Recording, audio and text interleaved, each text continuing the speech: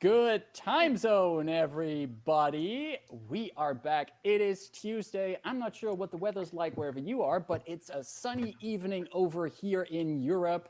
And we are going to a not so sunny place today, but that's okay because we have a group of 4 absolute experts at surviving the most extreme conditions here today.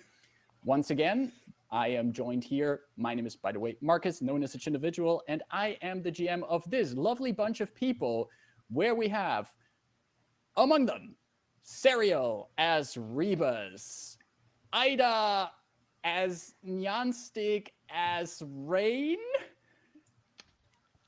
I almost fell down that time. I gotta stop doing that. Austin, who is our trusty fighter Dythun.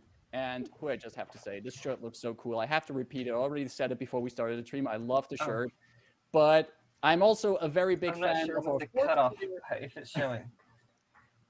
I'm a big fan of our 4th player in our group as well, which is Caro, who is playing our Open Sea Paladin Delphine here, as she has been as all these 4 people have been now for 21 sessions. Today is the 21st session that we're playing this, and I am very excited. And I'm not just excited about the session, I'm also excited because in the past week, we had a giveaway going on our channels. And True. Yeah, and we had quite a few people entering for it, and the giveaway closed yesterday, and our calculation programs, AI servants from the far-flung future have run their calculations, and we have winners, but alas, we're not going to announce them yet. That will be today later on, but we do have them, and I want to already, this is going to be the first time that I'm going to do it tonight. I'm going to do it multiple times today. I want to first of all again thank everyone who entered in the giveaway. Thank you very much for that. And later today, we're going to find out who has won a copy of Eberron, Rising from the Last War, and The Wild Beyond the Witchlight. So 1 copy each. So we're going to have, for those people who can do math, we're going to have 2 winners, and each one wins one of these books. So that should be clear. No prime numbers necessary, no long tail division. It's 2 people each winning 1 book on D&D Beyond. So, fellow players, how are you doing today on this fine 3rd of May in the year 2022? All is good and well, I think. All is good and well. Oh, what's Stream Elements doing? Oh, just testing? Makes me nervous. Oh, okay. No. We're gonna do that later. There's no name in there yet. Stream Element is just teasing us. This is invisible ink that is written there. You need to pass a DC 13 Arcana check to read that. I'm proficient. What did you roll? A 6 plus 2.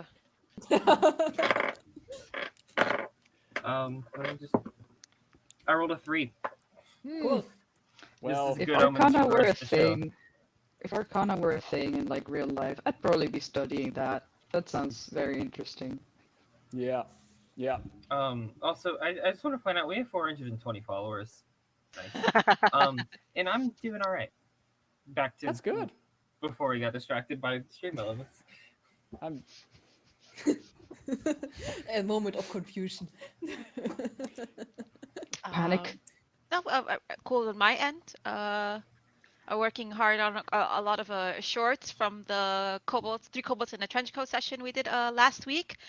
Holy moly, y'all! There are so many funny moments. Least of all, Indrani's Koboldian Rhapsody song. For context, I need to watch that. For context, like all kobolds have like this funny little specialty that they're good at. Like some kobolds speak Zemnian, some kobolds really like bees or stop talking about CrossFit. A kobold can also be proficient in the lyrics of Bohemian Rhapsody, the #1 song in Eberron. And Indrani like sprinkled all her roleplay with lyrics from the whole song, and I put them all together. It was amazing. That entire one-shot was so much fun to do. And if I'm not mistaken, it is already up on our YouTubes. So the if VOD people is want to on our watch it, also gotta point out the chapters or like the timestamps in it. They are again very funny. So thanks for that, Ida. Yeah. And you should definitely check it out because it was tons of fun. Where can they find that? What's our YouTube channel again? Our YouTube channel is youtube.com/Horde of Tales. Excellent. Exactly. Perfect. Just step. Okay. With all of that being Yes, said, Ash. before we start the game, first of all, thanks everyone who is here to join us either by their free will or because they fell into a hole and they ended up in that hole. There's a computer linked up to Twitch or something. You're at the Horde of Tales channel where we do stream tabletop RPGs, and on Tuesdays we stream D&D 5e in Eberron, where we play the adventures of the Convergence Manifesto, an adventure series written by AcrossEberron.com. If you watch these games and you're like, hey, I want to run these adventures, check us AcrossEberron.com, where you can find all of these adventures. We are currently in the 3rd chapter, Rime or Reason, and our adventurers are on a very cold, cold island with very weird, weird things. But we'll get to that. We are playing on Astral VTT, and the music you might hear, well, you will probably hear, is by Dark Fantasy Studios. Our overlay is made by Caro, and the character art that you do see in the overlay is a co-op between Caro and Serial. And do keep an eye out in the intro for a moment, because we might have something in there. Also, yeah, I think, oh yeah, any kind of battle maps you see on the stream, they are made in Dungeon Draft, a very nice tool to build your own battle maps in, very easy and accessible. And I think, yeah, thank you very much, Ida, for putting that in there. Cat Vantage, that's also something we do on this stream. So in case you spot a cat on anyone's screen here and you got the channel points for it, click that Cat Vantage button to give one of the players advantage on the next roll. And I just want to say, in the previous session, we've seen some moments where that made a difference. Oh. So keep an eye out for those kitty cats, save your points, and use it for those helpful cat vantages. With all of that being said, how about we go and roll the intro and then get this show on the road. See you in a few.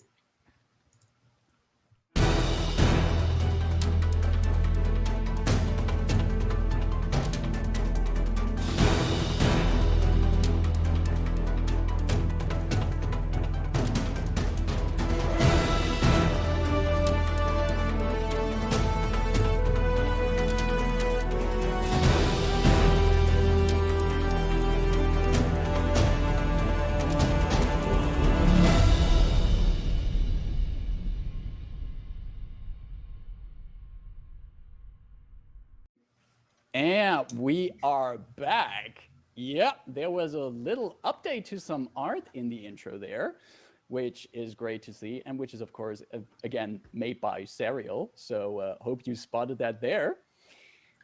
But after this intro, which has a song that always gets me pumping, we're back in our Convergence Manifesto story. And when last we left off, our adventurers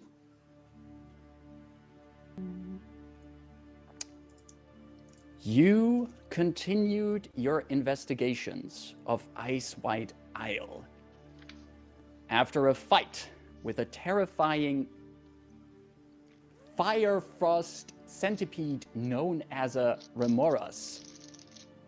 Madrith the Lyrander was hit viciously by the creature, but stabilized thanks to some healing from the party. And you were able of shooing away, scaring away the creature after you dealt enough damage. A few very powerful smites, lightning blasts from Rayn, and attacks from the other companions in the party. After this encounter, some of you made sure to take a bit of a short rest in some of your tents to at least catch a breather. restore some wounds from the battle, while Rayn and Delphine went out further doing a bit more scouting to follow the tracks of the crashed airship and generally perceive what's around them. Where it happened that Rayn again had a strange vision from a male Triton speaking to her, but also another voice entered her head, talking about having given her a gift, and now she had returned with that gift. At the same time, Rebus and Dythun, together in a tent, witnessed how, while Rebus was running maintenance on themselves, the ocular lamp in their head started to also speak with an alien voice, fascinated by the void that's inside Rebus's mind. But the voice vanished after a while, and the party with Madrith reunited to continue their journey through the fog towards the silhouette of a strange tower. Before they arrived at the tower, they found something else. Following the tracks of debris, they found the crashed remains of the clear blue sky, Darien the Lyrander's airship. And within its broken hull, a hole from which most surely a Remoras had emerged, and next to it, the corpse of Gorashta, one of the rivals of the party from the Deathgate Adventurers Guild.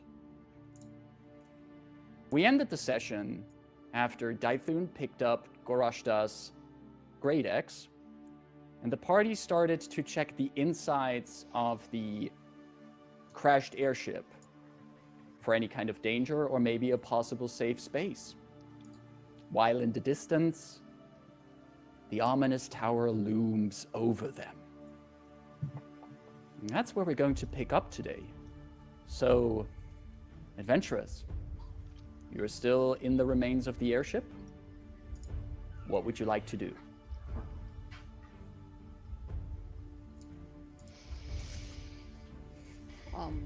I would love to check for if the Khyber dragonshard is still there.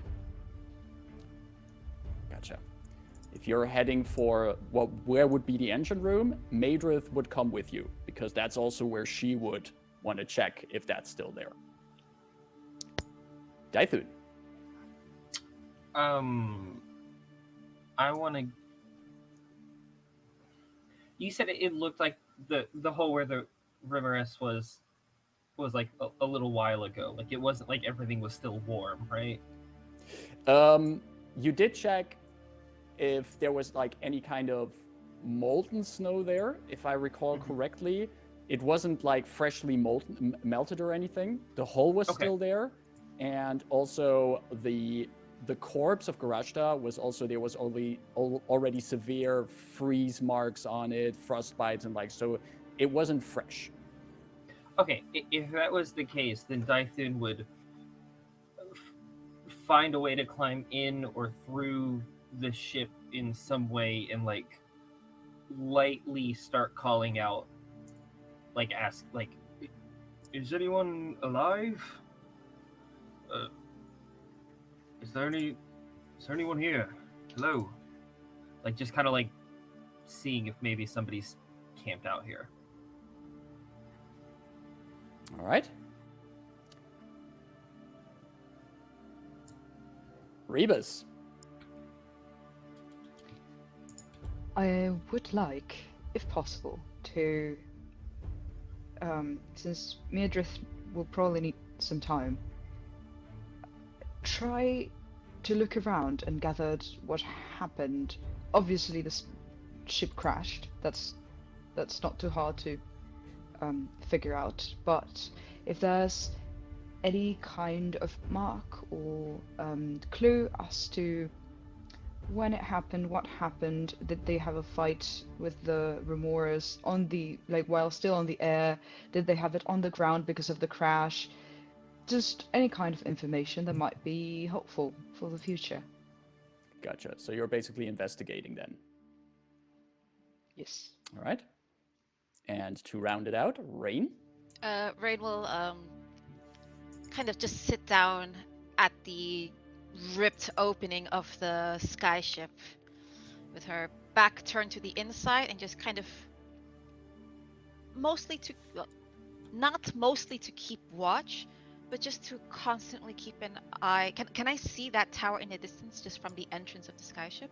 Yes, you can still see in the distance the outlines of the tower. Maybe to anyone else who doesn't know, it looks like Rayn is keeping watch, but Rayn is just clocking this tower the whole time. Gotcha. All right. So, we have some people watching a tower.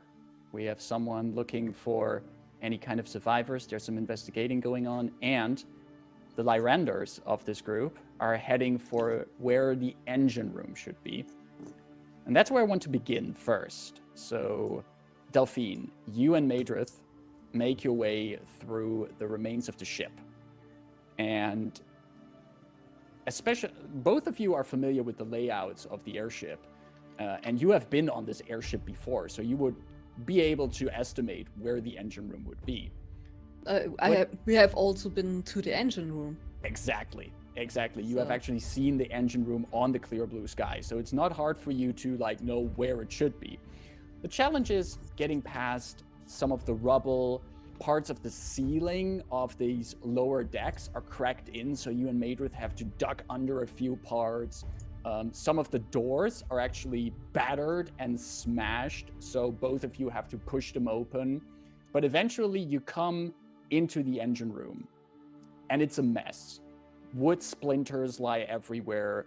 Pieces of metal and steel are poking out of the walls and the ground almost like spikes. And somewhere in that rubble is the intricate machinery with the glass chamber in which the Khyber dragonshard still resides. Madrith approaches it carefully, looks around all the mess. They left it behind. I'm assuming they had other priorities than taking the dragonshard with them. To be fair, what would they do with it at this point?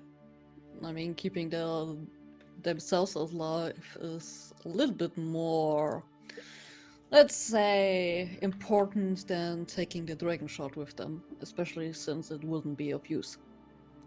Exactly. And you do see the dragonshard itself, it's not particularly large. I'd say it's about this size, and Because that's a torso, a humanoid torso. exactly, a humanoid torso, and a very elegantly carved piece of dragonshard of a dark tone. And even though the engine is not enabled at this point, the dragonshard has a bit of this inner glow to it, a faint inner glow in it. The container in which it usually resides is completely shattered. The glass and everything is just shards around it. And Madrith carefully puts a gloved hand on the dragonshard, just carefully touches it. There's still a little bit of warmth to it. Dragon shards keep a bit of their warmth a while after. It's not too hot anymore. Should be safe for us to get it out here. You want to carry it?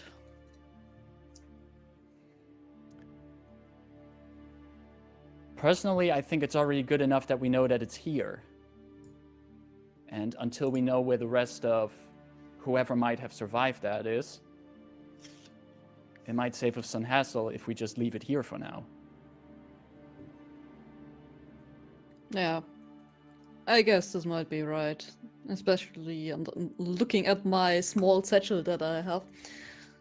There are no other means of transporting it anyway.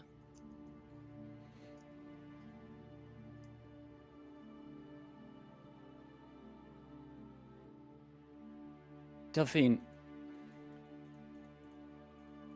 do you think anyone could have survived this? DM, how many dead bodies have we seen? Just a few so far. Mm-hmm. Some scattered bodies along the trail, but not enough yet. At least you haven't seen not enough yet to account for an entire crew of the airship. Hmm.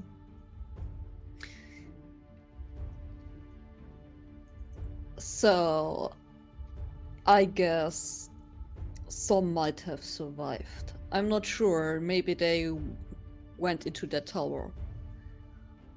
But at least from what we can see here, there are not too many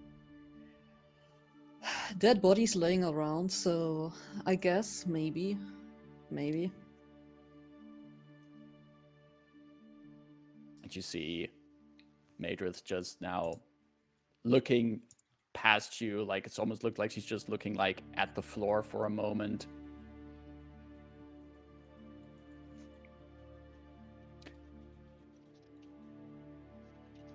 Let's see if we can find any of them. There's no use in lingering too long in hypotheticals. It's also not good to keep yourself up with hopes that might not come true. It's a very, some people would call it pessimistic, but I call it a very realistic approach to things. She walks by you and leaves the chamber.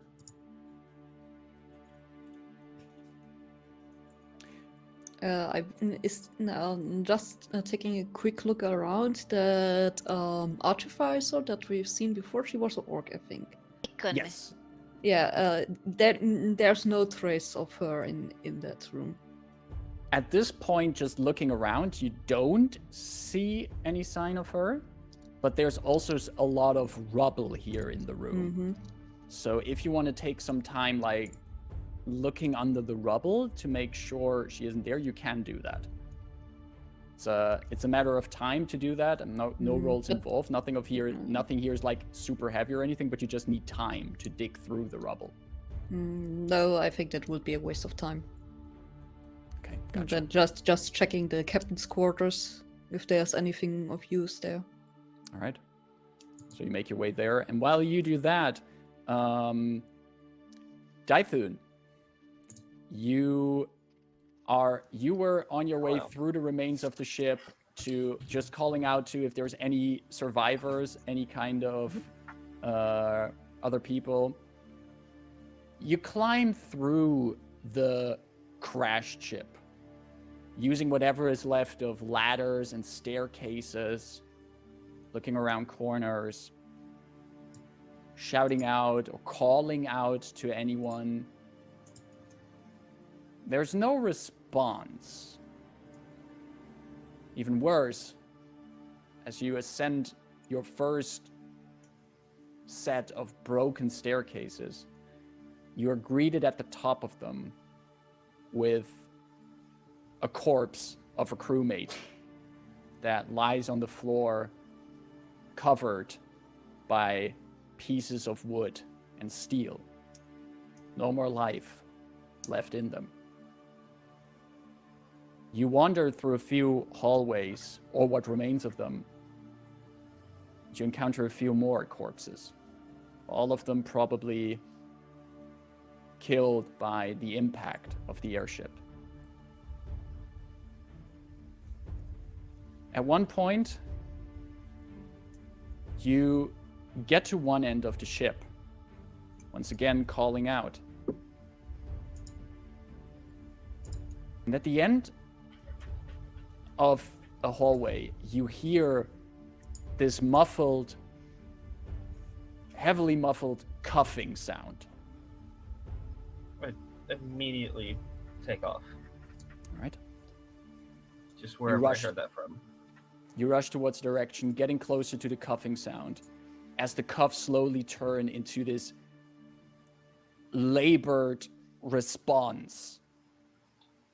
An exhausted, tired voice calling out, but the sound's still muffled. You just hear this, over here, Just Save your breath. I'm coming. Like where is it coming from? You are at this point at the end of the hallway, and you notice that it's coming from this pile of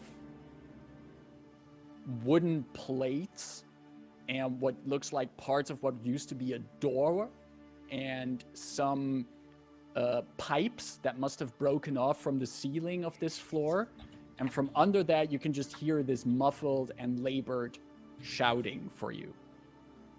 Can I just start pulling stuff off, carefully to not like make anything else fall on whoever might be down there? A Leonin of your stature can easily take away carefully this part of rubble, and the more you take away, the clearer the voice becomes. And as you remove a bit more of the debris, you see a face covered in blood and wounds of a human male who is looking at you, eyes pale, the skin pale, and also partially you can already see these layers of frostbite on the skin. But the man is still breathing heavily. But already from what you see on his face, he looks heavily wounded. I have him uncovered though. Yeah. Okay, I pull him out from under the rubble. I reach in my bag. I hand him my healing potion. Hand him your healing potion. All right. I say, You, drink this. You'll feel better.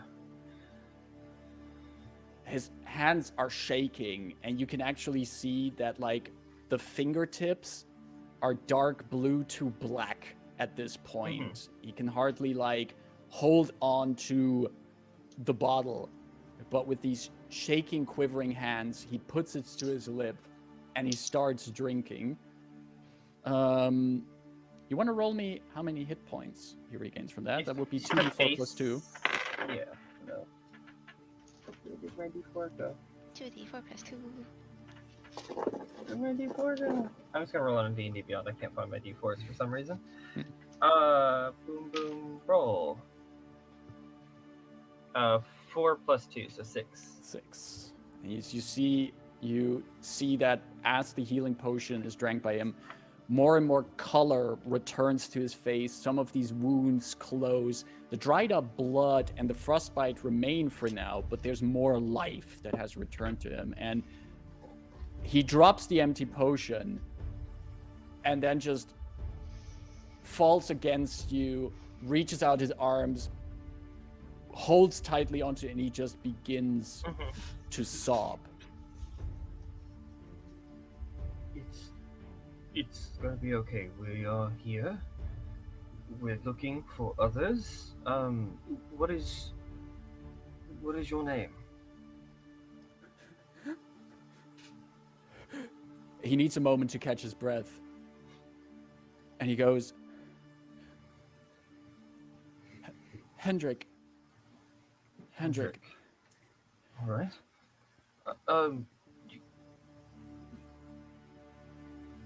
Do you know Melith the Lyrander? No, this was Darian de Lyrander's ship. Well, I am here with. Wait, was it Meredith or Madrith? Madrid. I just totally said, wait, did I ask him the wrong name? Did I say Meredith? You said Okay. Madrith. It sounded It's like Madrith. Well, yeah, of course he doesn't know Meredith. I'm here with Madrith, and it's going to be okay. We're looking for Darian. It's going to be okay. They left me. The crash, everything. Oh, I yelled. No. I yelled. No, they were driven away. There was a large creature. I Honestly- heard cracking, snapping. They were screaming. You're real, aren't you? You're just real. Hold him close. Yes, you I'm must real. be real. You're real. You're real.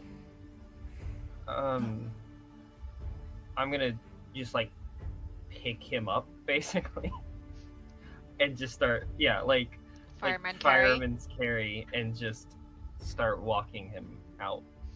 Gotcha. Perfect. While you do that, Rebus, you have been investigating what has transpired here. Could you give me an investigation check to see what kind of information your investigation unearths? 14. Ooh, that is not bad. So, Rebus, while the rest of your party is all over the ship, you further investigate, look around, and you find you look around and see, of course, the obvious first. The ship has crashed. Something must have taken it out of the air. The question is, what did take it out of the air? An attack by a Remoras? Possibility. You look at the outside of the hull. Large damage to the outside. But from the way that you can see that the hull is snapped, it looks more like it was broken by the crash instead of something penetrating it from the outside. But why did it crash then? Was there maybe turbulences? Storm? All over the outside of the hull that is still, well, the parts that are intact or not shattered enough to just be splinters of wood, you do see that there's covered all over them are these small holes, almost as if this hail of bullets would have hit it. Hail. That might be the keyword here. Some storm of hail, ice shards flung against the ship. The weather you've seen so far here on the island is terrifying and cold enough for that to be a possibility. Combine those weather conditions with, well, it generally making it harder to navigate through fog, mist, snow, harsh winds. That might all be the conditions that brought the clear blue sky out of the sky here.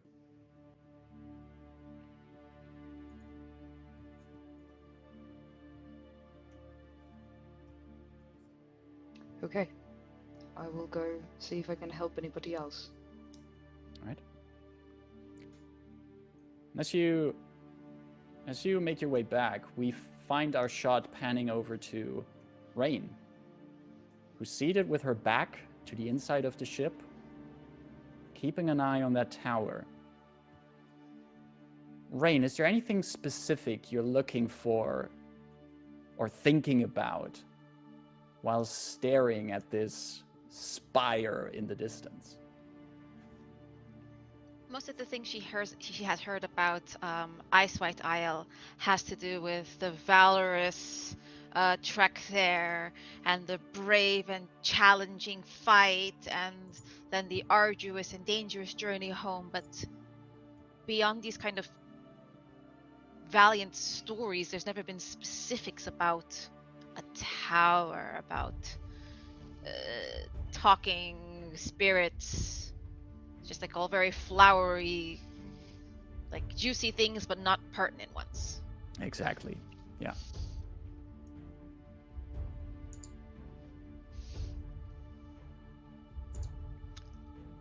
Oh, you're kind of quiet now, aren't you?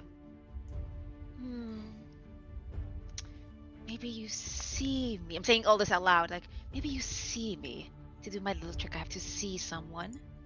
I don't see anyone within the periphery that Rayn knows she needs to see to project her voice to someone's mind. What's the range on your 30 voice feet, projection? which is 30 pretty feet. short. Let me 30 double feet. check that, but I think it's 30 feet. Yeah, 30 feet. You don't see anyone in that range. As you talk out loud, just talking to the wind, you hear in your mind again the alien voice. I prefer not to speak if I don't have to. But you seem to be quite the talkative one. Well, I would return the same description to you. I mean, once a gift is given, the giver isn't usually so chatty about it. I didn't save any receipts, you know. Oh, no need to. 'Tis a gift, after all. Hmm. I expect nothing in return. Well, since you're already here, I wouldn't mind if there was a little favor. See, the gift I give only to those that know how to hold it. And not every mortal knows how to hold it.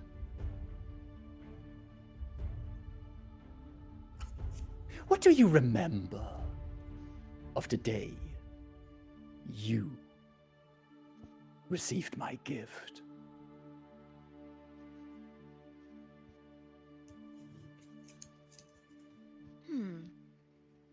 That very day, you mean?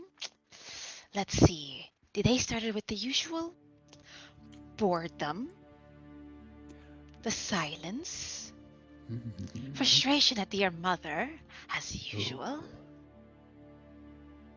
her voice filling the room, and suddenly her delicious silence. And then knowing it would never be quiet again. Because my voice, for once, would be heard, no matter what anyone else tries to do about it. And tell me, Gifted, how grand is it to always have your voice heard? Oh, it's cute.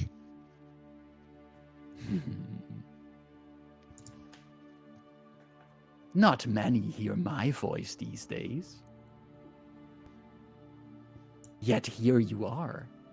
You and shall I say, fascinating vessel. You are better suited than those other mortals. Though, you know one of them, don't you?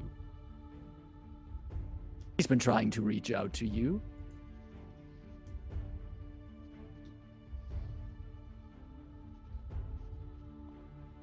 What? Why him? Would the answer, a twist of fate, be enough for you? No, really, not quite. He is quite an exceptional and talented person in many things. After all, he is related to me, so he has that blessing for him. But otherwise, beyond the pretty face, there's not much behind it in there at all. Oh, I'll admit, his mind is dull, like a knife that has not been treated well in many years, but it's still capable. That's why I spared him for now. Excuse you? And for the record, I am the only person allowed to speak that way of him. Oh, are you? My, a frozen eternity is getting better and better every moment here. Rayn at this point, she was like sitting cross-legged. She's going to stand up, and she's like even more like craning her neck, looking around. And she's not as you leaving this stand- doorway, but it's like very like overt, like what the fuck. As you stand up, looking around, you see at that point that Rebus is also coming back. And Rebus, you see Rayn just standing up, looking around. And the moment that Rebus is in your sight, Rayn, you hear the voice saying, "Oh, don't fret so much. Enjoy a bit of relaxation. And otherwise, if you want more answers, you're already looking in the right direction. And then the I voice approached- vanishes. Miss Rayn, are you okay? You seem distressed. I point outside. Do you see anyone? Do I see anyone? Nope. It's just you and Rayn here. I'm sorry, I do not. Should I be expecting somebody? You know what? Yes. Yes, you should. Yes, we should. Okay. I have a bit of a voice talking in my head, and I'm not really sure where it comes from. Oh, Rayn, actually, something happened when Dythun and I were together back in the camp. Oh, I, he is a very gallant person, I believe, and this noble background is well, fortuitous for you. I knew it. Sorry. I hate you.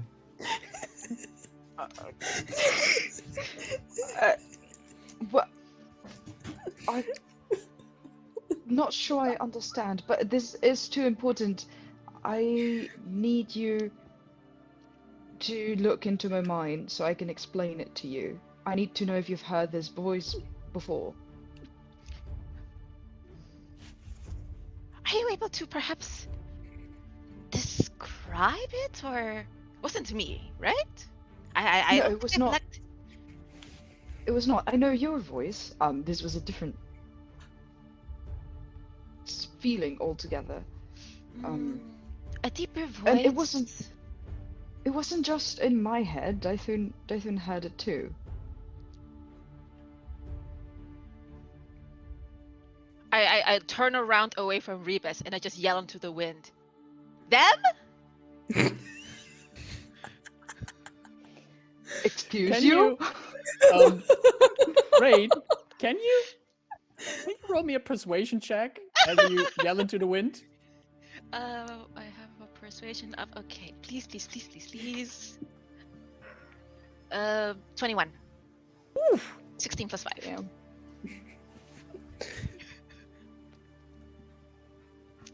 Rayn and Rebus, both of you hear in your heads this brief, satisfied snicker.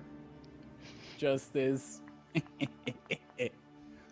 And then it vanishes again. So you do know it. To be honest, I don't know it. Are we being watched, attacked, followed? Well, the voice insists that it bestowed on me a gift. I wasn't aware that I was actively being gifted at any time. I try to be very gracious when I receive a gift. Try to see if I can get anything a little bit more as well. I know that, Miss Rayn.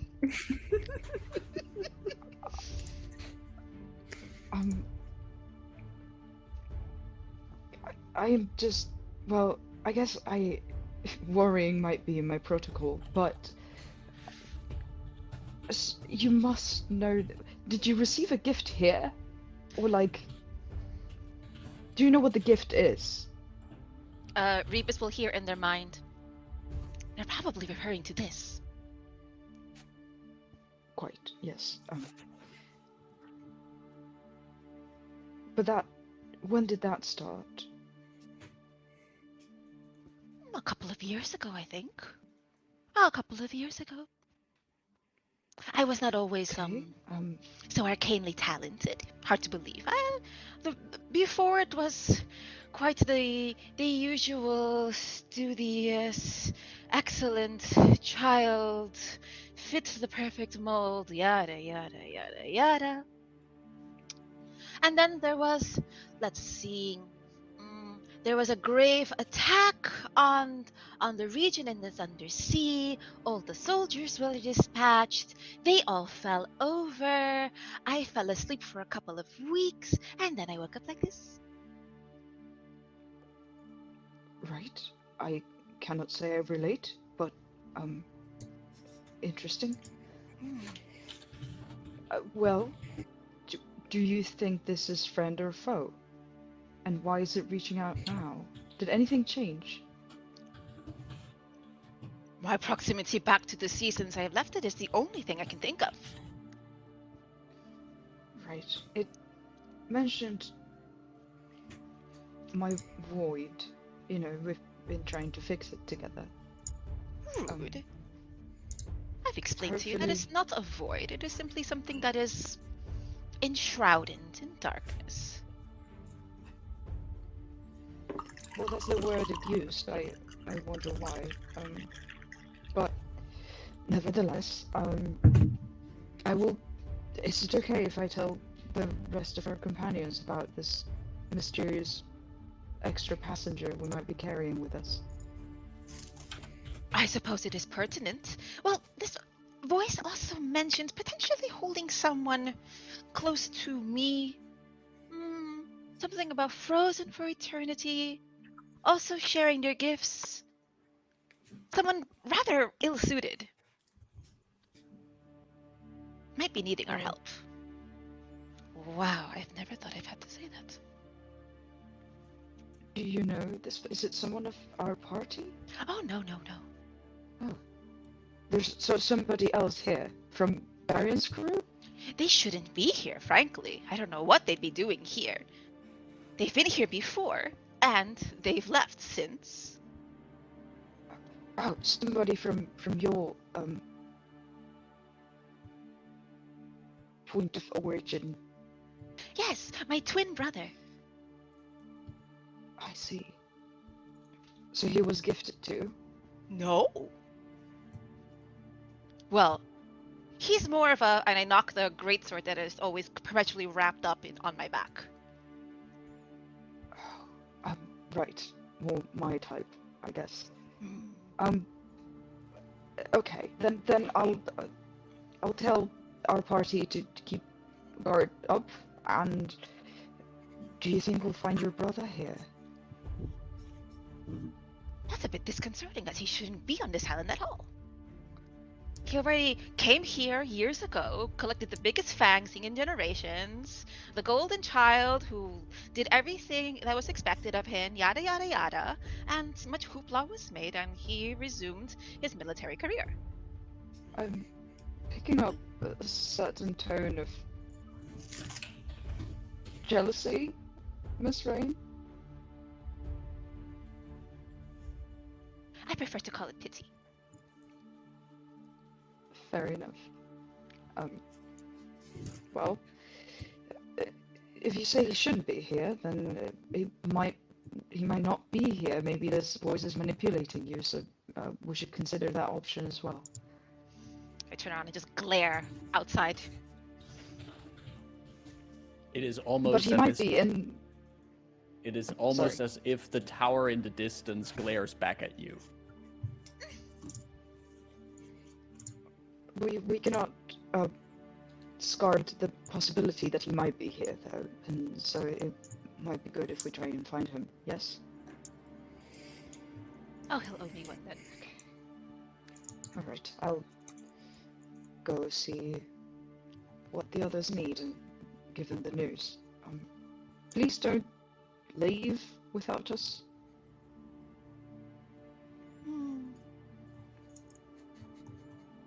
And if you need anything, I'm here. Oh, And I thank will you. turn around. Go find Delphine and Dythun. Talking about those two, Delphine, you also wanted to check out like the captain's quarters, if there's anything useful that you might still find there. Any? Yes. Yeah. You and Madrith make your way to the captain's quarters, which are on the remains of the upper deck of the ship.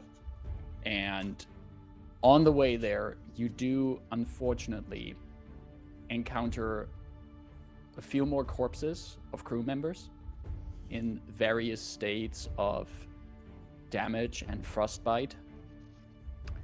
And the majority of the captain's quarters is utterly destroyed from the crash. You remember when you were here on your flight with the clear blue sky, Darien had this very sunny and well-lit captain's quarters with lots of glass, and there was this skylight built into it as well. It looked great, especially with all of his adornments here. You remember the table that was set for dinner when you and your party flew on the ship. All of that is now just rubble and ruin. You see the remains of whatever furniture, as beautiful as it once was, now scattered around. There are 2 more bodies of what probably were some of Darien's bodyguards. While they wore armor, it did not help them survive the crash. You see parts of some of Darien's torn clothing, which fell out of his wardrobes. And you do see, in between the rubble, the fan that you gave him.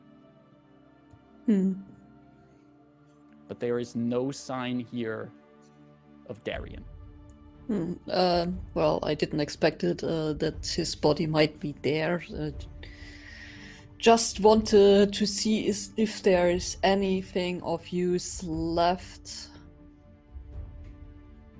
Give me your choice, a perception or investigation check. What I put in. Yeah, cool. Both the same.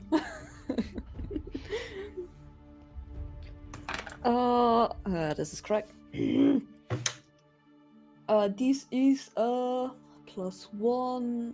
15. Was that perception or investigation? Investigation. Investigation. All right. You look around the room, move around some of the rubble, and you find underneath inside some broken shelves. You do find a potion of greater healing that was crashed under the rubble. The outside of the bottle is like there's this big dent in the glass and also this tear in the glass, and you can see that through this tear there's a little bit of the liquid is coming out of the bottle.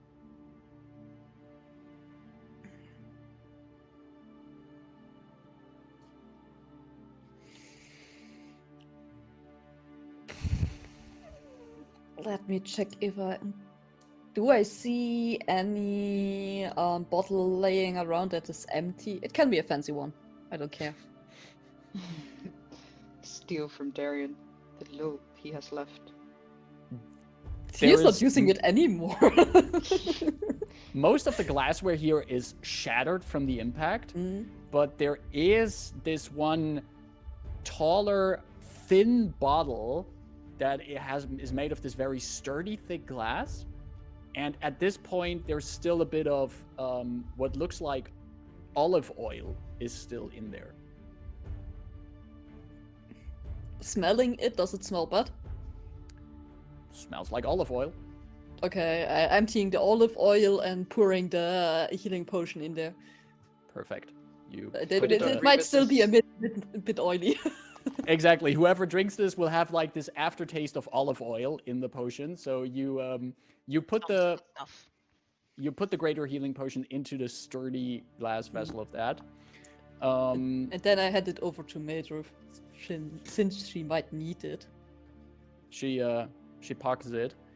You do find also underneath the rubble, there's still a set of expensive clothing that is mostly undamaged. It's this silk evening robe, which has this floral pattern embroidered all over it in mostly these blue and pink colors. And on the shoulders of this robe are these colibri hummingbirds. These hummingbirds are embroidered also into it with additional gold stitching. Did you make this for me? Come Oh. on. Is Why's it kind Rainbow of the fake, glitch or like is that? it? Yeah. Is it kind of fake, or is it a thinner fabric? Oh no, this is very expensive silk. This is Okay. Yeah. this and all of this craftsmanship. I mean, you can say what you want about Darien. I mean, he tried to kill you, but he gets the authentic stuff. And it's True. it's truly expensive and very well made. Okay, since it's silk, it can be put together in like a really small sizes. Yeah. So I will just take it, put it together in a very untidy way, and stuff it into my satchel, All right. All right. You ignoring have any stares from Matrip. you do have Fair. Darien's evening robe in your satchel, and I am Maybe this guy can sell 100% it. sure this is gonna come back later.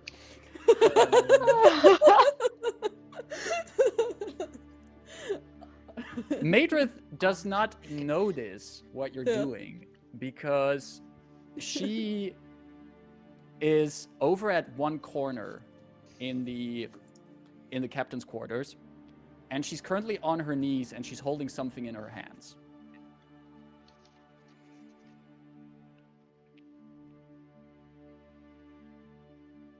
Mm-hmm.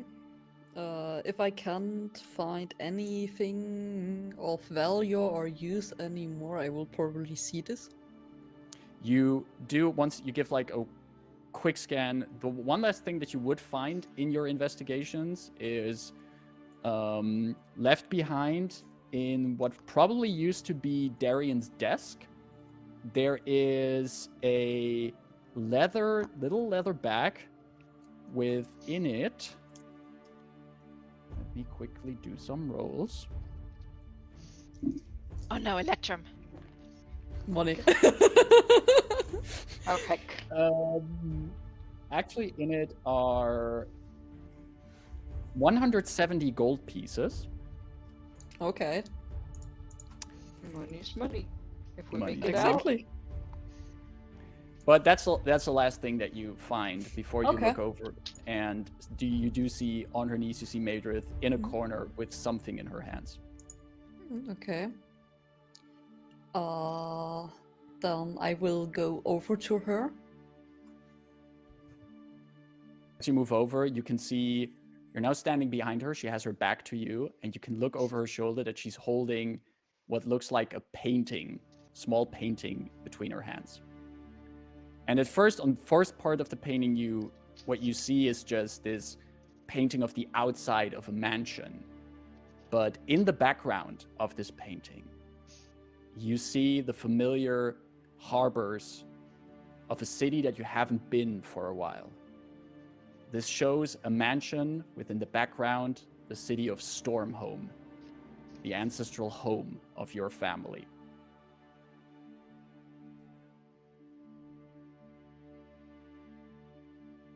I try to get a little bit of a better look on it. Mm-hmm. So you get a bit closer. Madrith is just like absorbed in just looking at the picture. Can you give me a perception check as you try to get a better look on it?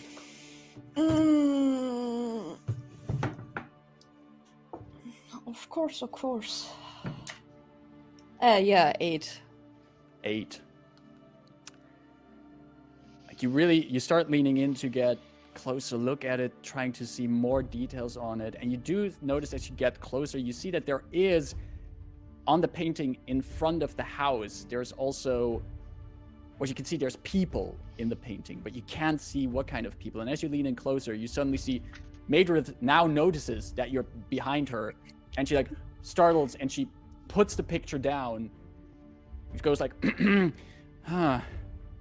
gets up, holds the picture close to her, and just looks at you and says, Baby photos. Did you find anything else here? I think we might otherwise want to get back.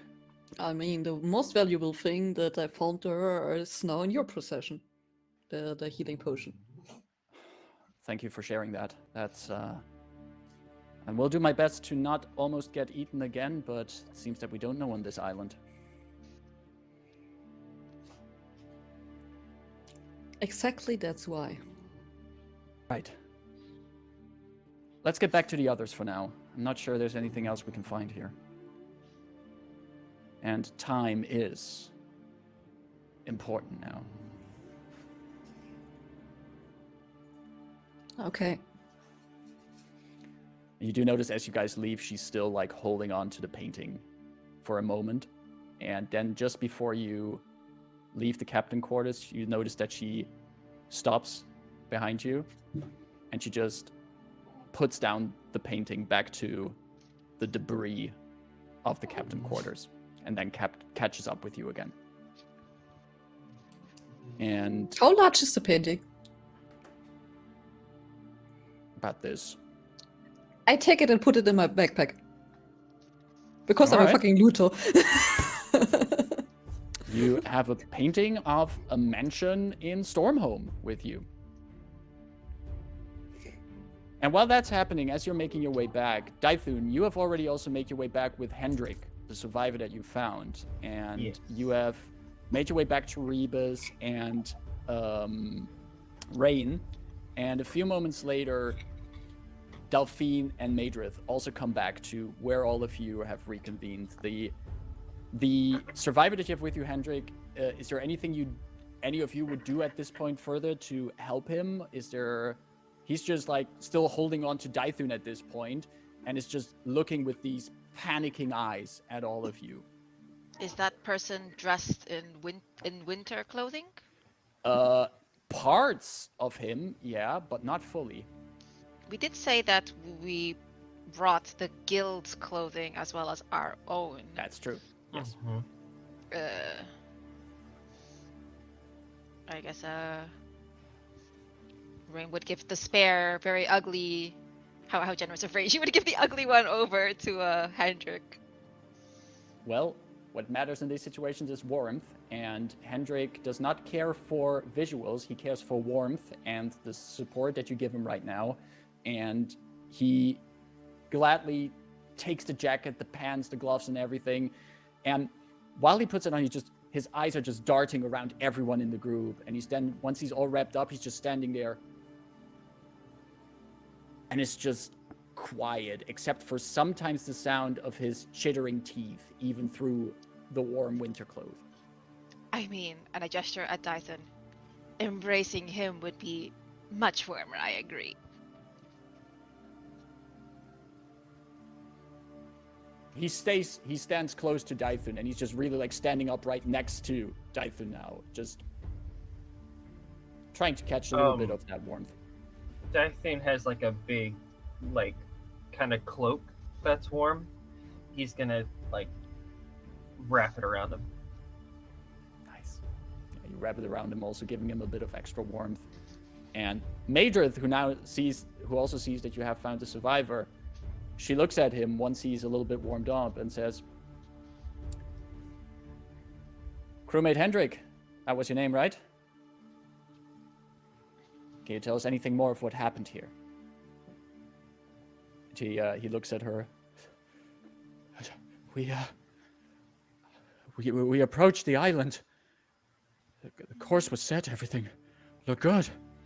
And, but then, once we were hardly above it, everything went white.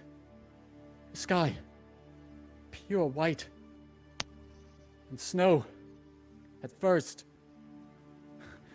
The captain was smiling, glad about snow. He said he hadn't seen snow in years. How much of a fan he was of the snow. Joking about that he would go and build a snowman. We were laughing a bit along, but then that ticking sound, the hail, Hail on the wood. Tick, tick, tick, tick. Faster and faster, and God. And some of the other crew, they got hit by the hail. Some of it went straight through their skulls. They just fell from the ship. The storms picked up. Captain did his best. He tried to steer against it. Those mercenaries, the people from the Deathgate Guild, they did their best to help, tried to assist where other crew could not, but had no experience. And then we heard this roaring sound beneath us. We looked down, and there was this worm, this strange worm. Tried reaching out for us, but we were still up too high. But then we started falling, and everything cracked. And then we heard these voices. We heard it. It called out. It was laughing. We were just staring at each other. Some of us started bleeding. We started screaming. And he now just stares off into the distance and just keeps shaking his head.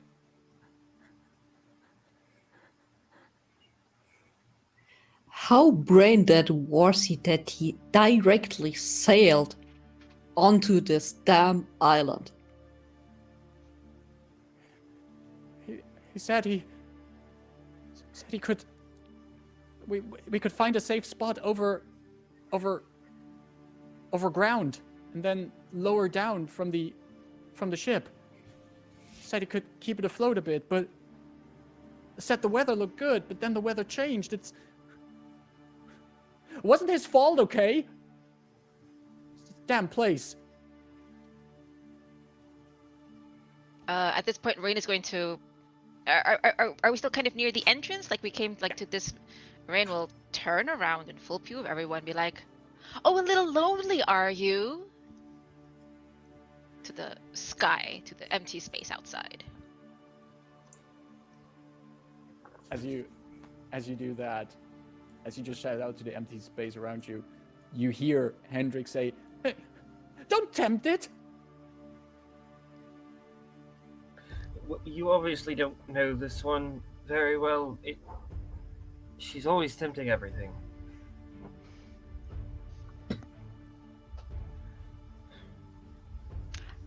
Oh. So, you and the crew heard voices. Point to Rebus. Heard voices. Usually the voice, but this time heard voices. Dythun raises his hand too. Looking to Maidrev, because I know that I haven't heard voices. Okay, cool. Maidrev is also just like looking at first at you, shakes her head, and then looks at everyone who's claiming that they heard voices, and she says, a bit disgruntled, "And you were planning on share this exactly when?" Haven't heard it since we landed.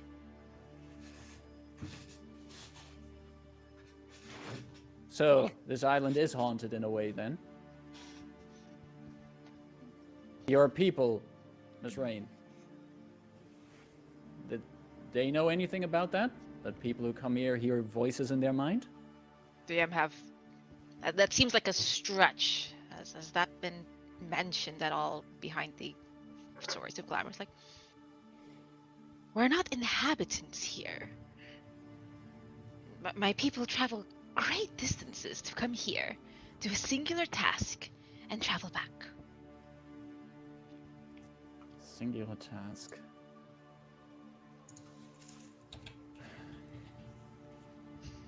Crewmate Hendrik, do you know anything of the surviving crew?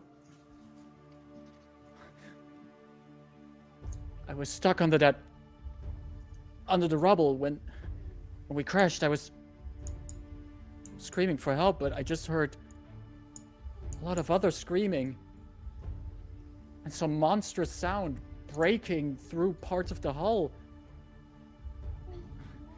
Tried to yell for help, but things just got more and more quiet around me. And I just felt the cold. Just the cold. until, and like from underneath the part of the coat that Dythun has wrapped around him, he just looks up at Dythun. Until he came.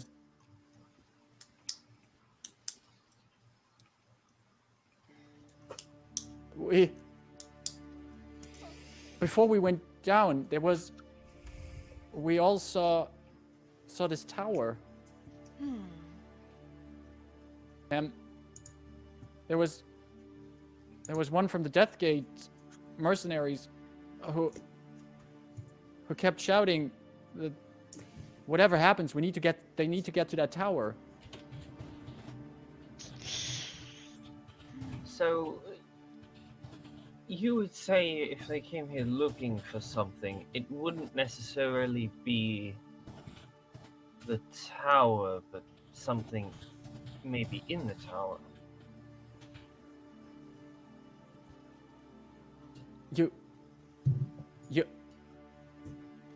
You don't know what they came here for? Well, I mean, we weren't contracted with them, so no. I was actually going to ask when you felt a little better, if you might know what it was they wanted. Oh, well, all I know is that those people from the Deathgate Guild, they were hired to find an artifact here. I don't know, something called something a flower. I don't know why there would be a flower here, but it should be somewhere on that island. And if all you see while crashing down is a bloody tower, then of course you assume that it might be there. Not exactly the place to see like a field of blossoming flowers. Well, do you have something to add? Oh, I was only thinking that, considering that we're not alone on this island, that this island may have precipitated an entire airship crash, and one who has at very least similar powers to me, and I myself am a very formidable person. We're being severely underpaid here. But nonetheless, I suppose the next step is simply going there. And I put behind me to the tower. One thing, before we're going there, and I'm taking out like 3 of the healing potions that I still have, and giving 1 to each of you.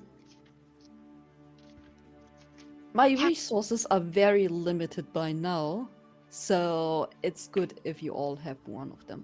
Have you one for yourself, dear? Yeah, don't worry. Have you one for yourself, dear? Yeah, I have 1 for myself. Inside check.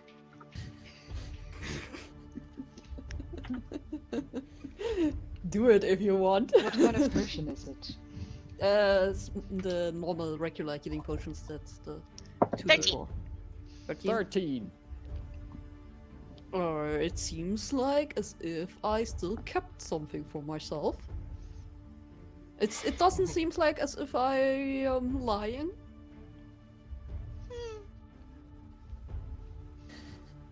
This one is special then. And I suppose you will be staying here. I think it's best. Putting at the survivor. Alone? Do you want to go there? And I point at the ominous looking tower. Do you have... I mean, you already gave me the potion and the cloak. Do you have something to eat?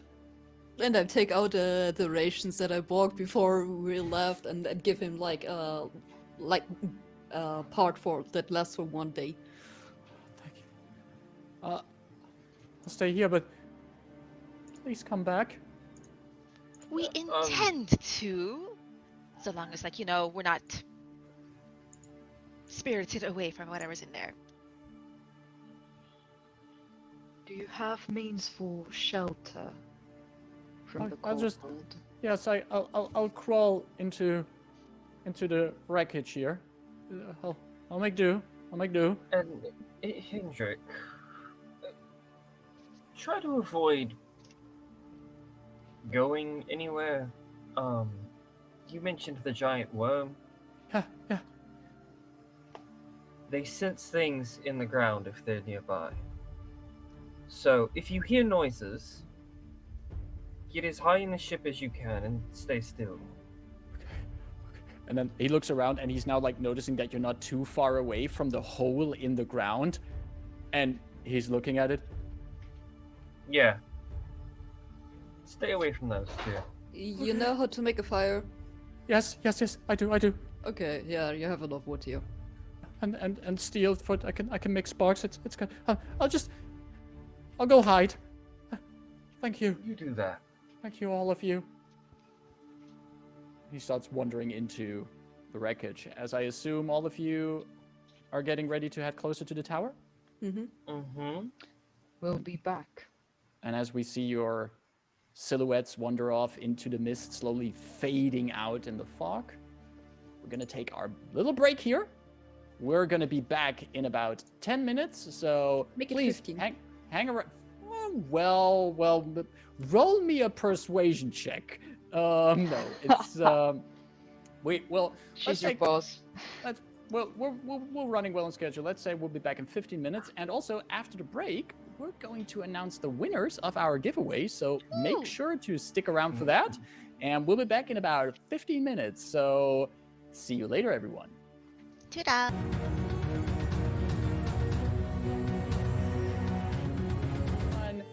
And welcome back, everyone. We had our short little break, and we are back to continue this. But before we see what awaits our adventurers as they venture to this strange spire in the distance, we got giveaway winners. Because we had a giveaway going all along last week, and you could enter through our Twitter and through Gleam to either win a D&D Beyond copy of The Wild Beyond the Witchlight, or a D&D Beyond copy of Eberron Rising from the Last War. And our mechanical servants have determined the winners. And I would like to, for the first winner, I would like to give the word to Ida. Ida, who is our first winner of today? All of us are winners for coming together. So you can send the code to me, is what you're saying. When I say we, I mean like the noble we. For but indeed, thank you everyone for helping celebrate the expansion and growth of our community. We would be doing this, but we wouldn't be doing with as much energy, as high standards as we try. So it's thanks to all of you that we really try to strive for a little bit better. And the more of you that there are, the more cheers we receive, the bigger and better the whole operation gets. So here's to bigger and better in the future. That being said, of all the people that did all the things, and when we put it into the bleep bloop machine, y'all listening? Y'all there? Excellent. The winner of the D&D Beyond code for a digital copy of Wild Beyond the Witchlight is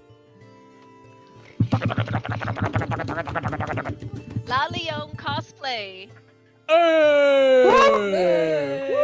Congratulations, you were picked from all the contestants that we had, and we're going to tweet you, and we're going to be in your PMs, and we're going to get this settled. Congratulations, and thank you so much. Giveaway over. Bye. Wait. Austin, tell me how wrong I am. Well, I was gonna say the giveaway's not over. There's another one. Oh, there is We indeed. were also giving away a copy of Eberron, right? I just totally blanked on the title of the book. Eberron Rising of From the last war. We are from the Last War. professionals. Rising from the Last War. I know what I'm doing. There we go. Rising from the Last War. I was like, I know it's Rising something something war. Hold on. Eberron Rising from the Last War. A book I've actually read before. I should know the title of it. And there was a separate winner for that, because if you remember, simple math at the beginning of the stream, 2 people. I can count to 2. And Wow. if I count to 2, I do believe the winner of that was also chosen by doing all the things in the Gleam giveaway, and drumroll. The winner of Eberron Rising from the Last War is. You won't show up. Gwenora. It's not. There it is. Woo! Yay! Figure it out. You know your name. So congratulations. I fucking will never come to the point. I was trying to figure out how to. It's fine. Perfect. We did it. We got there. It's fine. We got there. That's the important part. Congrats to the winners indeed, and thanks Austin and Ida for announcing the winners. Once again, thanks also for everyone who entered in our giveaway, for everyone who comes by here to watch what we play here. We'll be in touch with the winners for the codes as soon as possible. We will contacting you as soon as possible, and have fun with your additions to your D&D Beyond collection. And if you're like, hey, I want to also, keep more in tabs if there might be another giveaway or in anything else that these people do, you can follow us still on our socials, of course. Our Twitter and our Discord are below, where you can keep in touch with us. And if you also want to, while you're already here on Twitch watching this, why not give us a follow? And if you feel like it, we would also be happy about a subscription. If you feel like it, you can choose. You're a free person, but we would be happy about what you choose. Talking about subs, if you're stepping into episode 21 of this campaign and you're like, hey, what happened in the first 20 episodes? I have a few weekends off and I want to catch up with those. You can find all our VODs on our YouTube. Not just the VODs of this campaign, but also of our one-shots. For example, of our 3 kobolds in a trench coat one-shot from a few days ago, which was insane and super fun. And you can find that also on our YouTube, which is at youtube.com/Horde of Tales for all our VODs, where you can give us also a follow. If you want an incentive to watch 3 kobolds in a trench coat, what we did, one word sums it up. It's 2 words technically. Butt chugging. Go watch it. Butt chugging indeed. But one thing we do not have here in this adventure so far is butt chugging. Well, let us go back to our adventurers as they make their way to the misty, distant tower.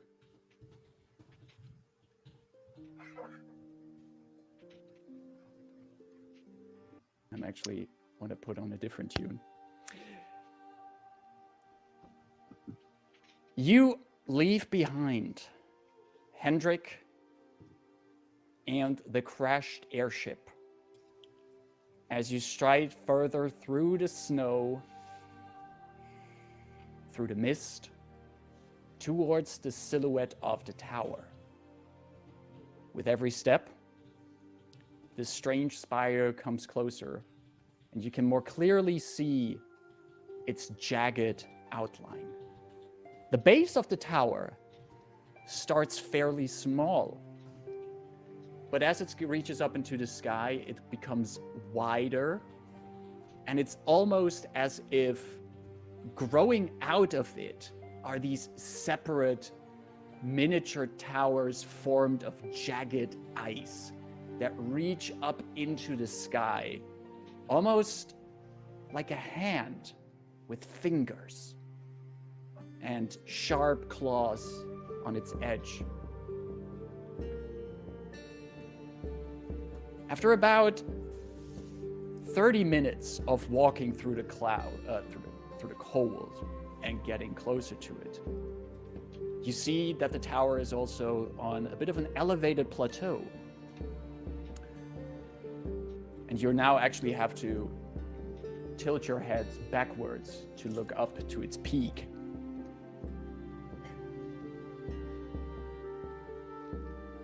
There's also other things that you notice on your journey there. But I would like a round of perception checks to see who would notice it first. Don't forget Get your exhaustion if you have it. If you have exhaustion, God don't forget damn that it. you have that you roll with disadvantage. 13 for Rayn. 13 for Rayn. And she'd be sort of stomping towards the front of the group. 6. Gotcha. 6 for Delphine.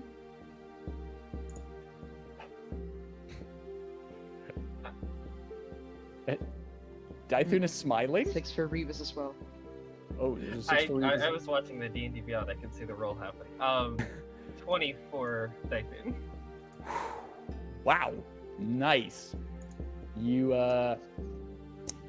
do see Dythun as one of the first in the group. Close to the base of this plateau that the tower is on, you see there's a bump in the road on one side, like a snowdrift that blew over it. But you see reaching out from underneath the snow, there's an arm reaching out. A I'm blue assuming- arm Yeah. that is not blue due to frostbite, but due to being covered entirely in scales. Similar to how Rayn is covered in those scales. Oh shit. Let's go. I am gonna walk kind of over to the snowdrift and see if anyone follows me going over there. Oh, I'm following. If Oh, I yeah. see an arm, that technically counts as seeing a creature. I don't know if it's a corpse or a creature, but Sure, if I see sure. the arm as part of the creature, can I mentally connect to it? You sure can try. I try. Rayn trying as she's walking up behind Dythun. As you follow Dythun, you try to telepathically link up, but there's nothing to reach out to. I say aloud before Dythun gets there. No one's home. Out loud. I still go forward.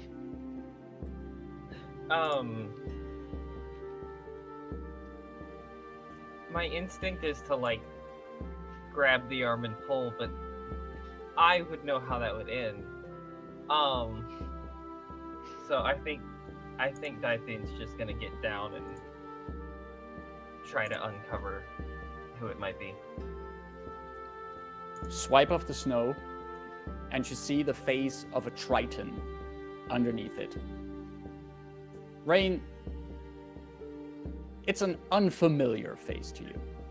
It's but going also from the armor that you see, it's a well-crafted gold armor that has a few dents in it. The body has a few deep cuts in it.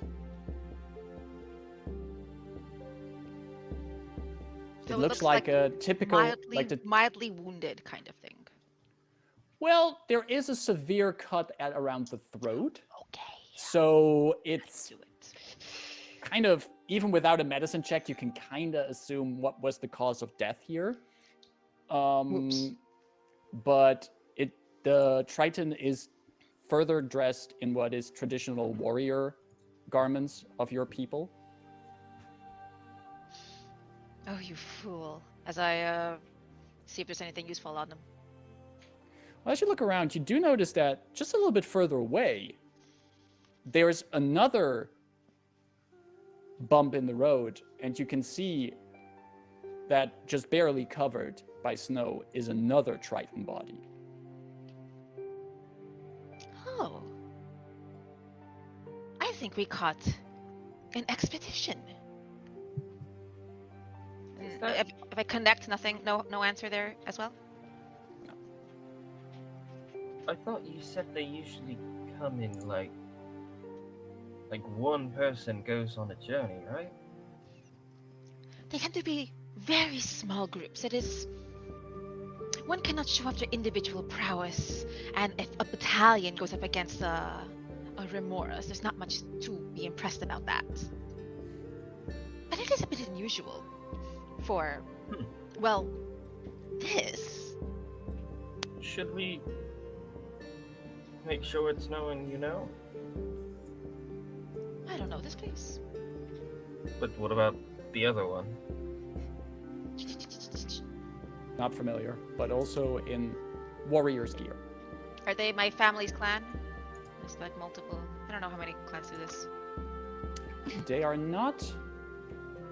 They at least have nothing visible that would identify them as members of your lineage.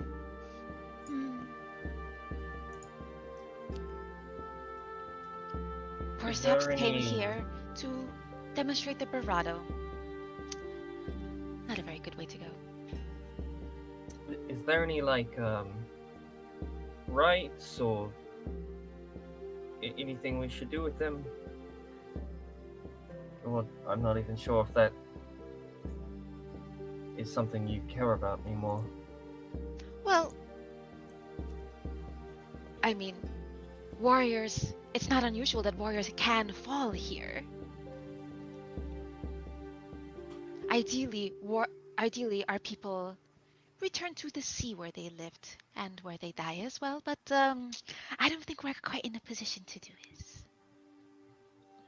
Alright, well, I just thought I would ask. No, that is very thoughtful of you. As I say, was there anything useful on them? It's very thoughtful of you. Both of them still have their swords in this similar golden material as your sword near to them, though these swords are one-handed swords. And both of them also have these perfectly circular shields near to their bodies, with also this golden plating all over it.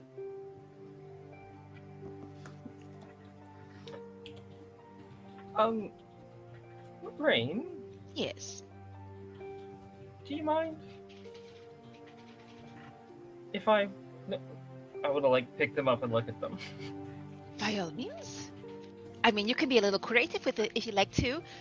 Delphine took quite some artistic liberties with the shield I gave her.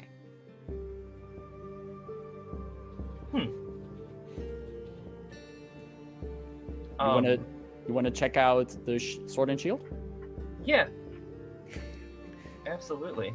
One thing that you immediately notice if you check them out is that the craftsmanship is supreme on these. You're not entirely sure what exactly the material is.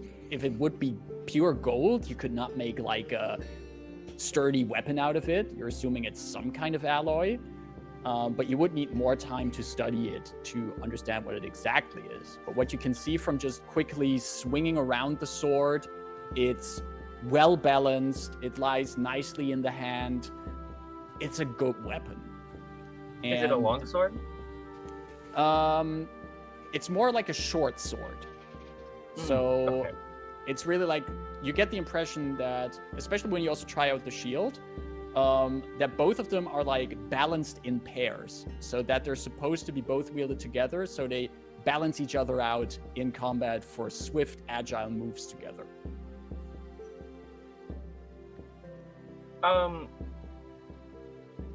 I think I'll probably just like pick up like one of the short swords and one of the shields. I think for this I might like carry that shield. All right. But how unusual. Triton warriors come here to fight remoras. And pointing at the wounds on their necks, you say, DM? Mm-hmm. Yeah. They've fallen in martial combat, not in glorious remoras combat. This island is supposed to be uninhabited. I mean, I didn't know that yes. was there. Maybe the dwarves that you all hear tricked them. I wouldn't discard the possibility. Are each other's respective swords bloodied, or are they stained? It's been in snow a long time. I don't know how long that's there. Is that a roll?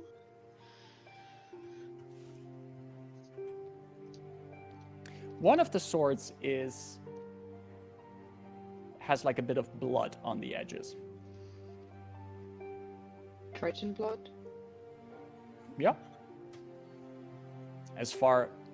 I will be honest, I have not pondered if there's like a difference in Triton blood compared to other humanoids, but Well, like, let's- Remoras have magma, exactly. so I don't Yeah. I don't know.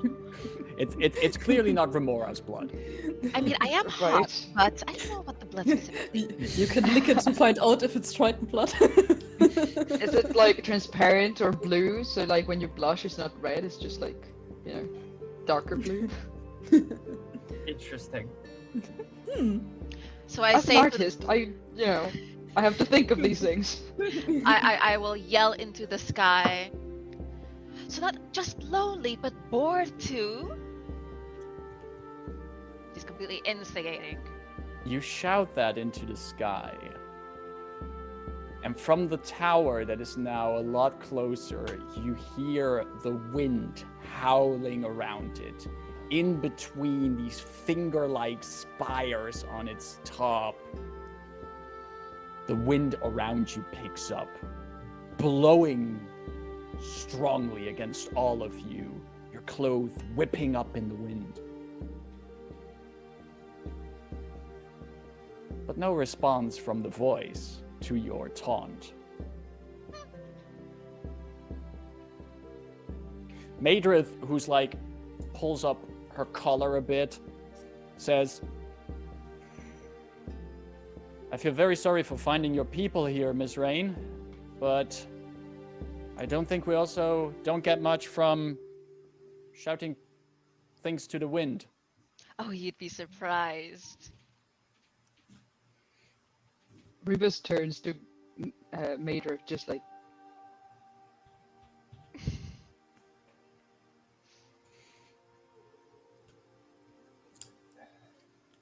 Could we please try to find a way inside because it's freezing out here.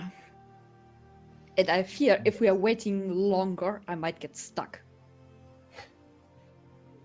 Right, let's head on Onward then. ho. All right. What you call it? No. You proceed further forward. And as you move even closer to the tower, something that stands out to you is that now you see throughout the snow are these clusters of crystallized eyes. These larger formations of just this bluish crystal that jut out of the ground, have a thin cover of snow on top of them.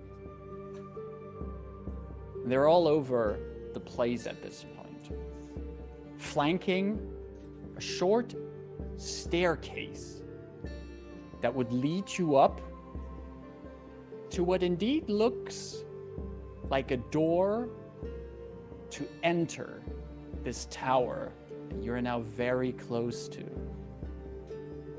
The door is large, double-winged, closed, and seems to be, now that you're this close to the tower, the door is made out of the self-same bluish, icy crystal.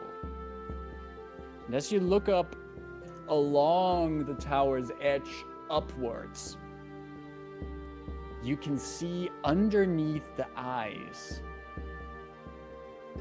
these large eyeballs just move around, look around.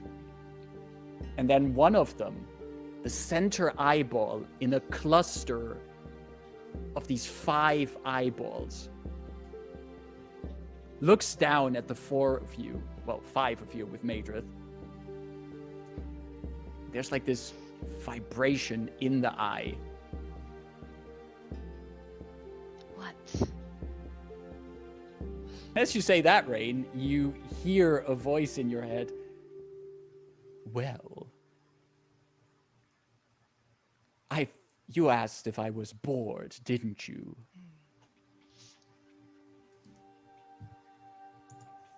I feel a little bit bored right now. Let's see if you can give me a little bit of entertainment. Oh shit. And as you hear, it's only Rayn hearing that. You see, the rest of you just heard Rayn say, "What?" as she looks at this cluster of eyes. but then forming out of the outside of the tower, just taking shape out of the icy outside of it, you see these icy impish creatures growing out of the tower with little wings and these chattering voices like fluttering towards you as you're at the foot of the tower. And I need to pull up a battle map for this because we got something for this. Well, I need to first move the party here. Well, Up, up, up, Battle, battle, battle, battle. and that's an elevated plane, I guess. yes, exactly. And I'm gonna give you a little bit of information in a moment when I also can show our dear viewers what's going on here. Also gonna put Madrith here. There is a dragon, and this is the treasure hoard. Now, wouldn't that be nice? Whoa! Oh my gosh! Look, there's a dragon right there. If only the viewers could see it. If only. Wait, but it's alas, moving? They made animations now? Please subscribe. yeah. Please subscribe to Unlock Dragon right now. all right, just gonna move this around a little bit and transition that over. And I would like all of you to please roll initiative. Remember your Wow. exhaustion. Let's go. 'cause Remember, if initiative you're is a exhausted, skill you check. roll it with disadvantage. I think multiple people are exhausted, right? So it counts as an ability check. Yes. Yes. No. That's not what I wanted to hit. Ask me. 10 for Rain. Wait a second. Yep, yep, yep. Wait a second. You have the seconds. We have seconds? That's nice. But what about second breakfast? Ah, About second initiative. 11 Cs? 11 Cs? Luncheons? Wait. I also need to quickly roll for Madrith. 23 for Dythun. I can already tell you, Madrith You're rolled lucky. a natural 1 for her initiative. Oh, hey, you know, earlier I had given you cat advantage. If you want to, like, re-roll. Oh, For, yes. you know, true. saying- Yeah, that is the Oh, next that's roll. true. Rain. Yes! Or for the That is a randomized lot- creatures, It get- whatever it you get- want to roll. That Well, is technically a it's for lot the better next because Don't now make I yours rolled goes a, first. now I rolled an 18. So that's a lot better. All right. What did Rayn roll? 10. Rayn got a 10. All right. What did Rebus roll? 11. An Got 11. disadvantage. That's right before Rayn. What did Dythun roll? 23? That's what you Oh, say. wow. Yeah, 18 plus 5, 23. That is indeed 23. Very nice. And what did See, I can math. Delphine roll? 5. I had a natural 1 as well. Oh no! You know, I feel kind of like a connection to Madrith. Yep. You're not trauma bonding, you're initiative bonding at this point. So, Yeah, exactly. okay. This is trauma plus initiative, so So that means top of the round, Dythun. You have the honor of starting round 1. And to give you a little bit of explanation, you are currently on a staircase leading up to a plateau on which the base of the tower is. Just beyond these mephids, these icy winged imps that you can see, beyond that lie the closed doors that lead to the entrance of the tower. It's snowing, the lighting isn't ideal, but you got your weapon, you got your gusto. What would you like to do, Dythun? I think Dythun is, you know, surprisingly enough, gonna run up and try and hit it with his longsword. That is a respectable tactic. So So let's see how that works out. just the first one in front. Gotcha. Yeah, let's see how that goes. That's much better than I was rolling last time. 18 to hit. That hits. So that's one of these. That's 9 slashing damage. 9 slashing damage to that Mhm. method. That is a good start. You carve into it with your... It's your longsword, right, that you're attacking with? Yeah, the longsword. Just carving in there. As you hit it, you can just hear this method let out this cack like... As your blade carves through the ice, the method is made out, making this grinding sound, and it seems to almost enjoy that you're hitting it. Can I add distracting strike to this one, or is it too late for that? Distracting strikes basically when you make an attack, you can spend Yeah, maneuver I dice, can roll right? superiority and then add that to the damage as well as the next one has advantage. Like the next attack against it. Sure. Okay. As long as you still have the dice available for it. Oh, I get this back at a short rest, so I got this. Cool. That's a 3, so 3 more damage, and then anyone else who attacks that one gets Advantage. Advantage. Gotcha. Anything else on your turn, Dythun?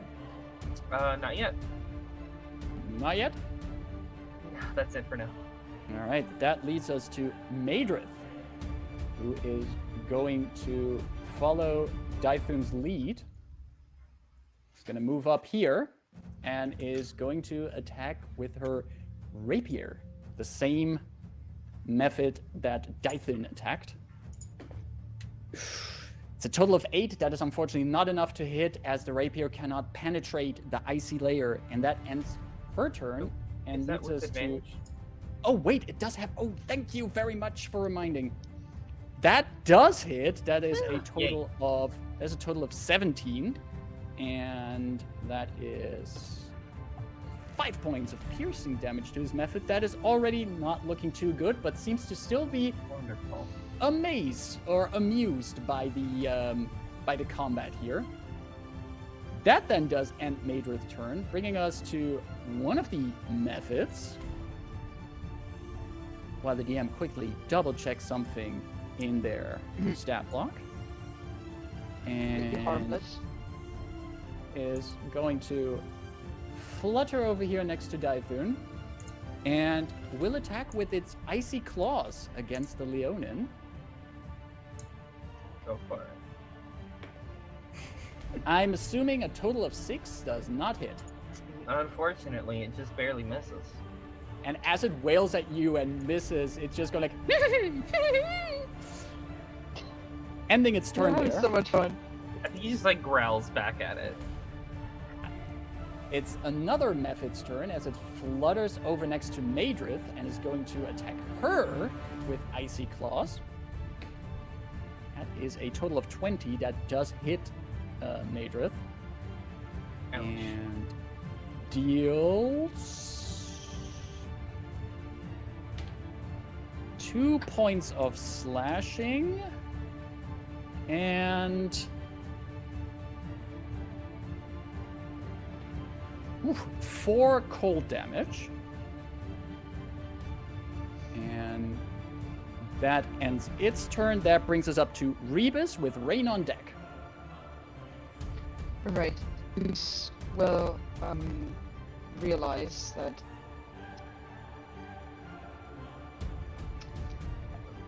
seeing how the method tried to attack with its claws, I just look down and there's some sparks that go out of the now broken visor as I try to activate the jaws kind of shape for my rage, but instead something doesn't really quite work. And so I do a movement with my arms, and you can see the hands of Rebus, which usually look very humanoid and, you know, kind of boring. There's these like giant claws that come out of them, and like it kind of adds a whole phalanx to the finger, and they look very intimidating. And I say, I'm already scared. "Two can play at that game," and I will run. I will run to, if that, yeah, no methods. Like all of them are standing still, right? Yeah, they're like fluttering up in the air, just Yeah. moving about, but they're still like within Yeah. reach of your new claws. I will try, and so I'm raging, and I will try to attack the one that attacked, I think Dythun with the claws. I can't. Yep. You would have to One of move. the you would ones have there. You would have to move up a little bit to get like closer to them for the melee range, but you can then swing away with those new Warforged claws. I'll get on there, so I have those. And let's see. I will attack twice because I can. With my claws, which is fun. The first one's a 12, to hit. A And the 12. second one is a natural 1. Wow. Well, a 12 Wow. still hits. Yes! Okay, so I hit once and miss with the other. That's 7 points of slashing damage. Against that method. Claws on ice, 7 points of slashing damage. Anything else on your turn? You raged as a bonus action, you attacked, you moved.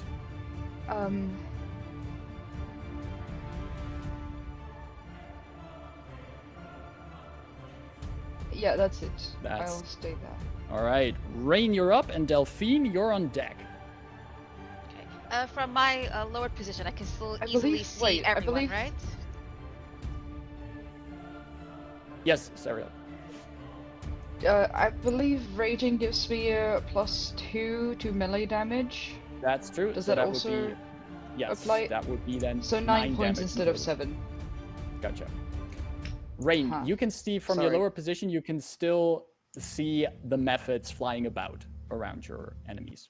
Cool. 1, 2, 3, 4, 5. Line of sight. Yeah, okay.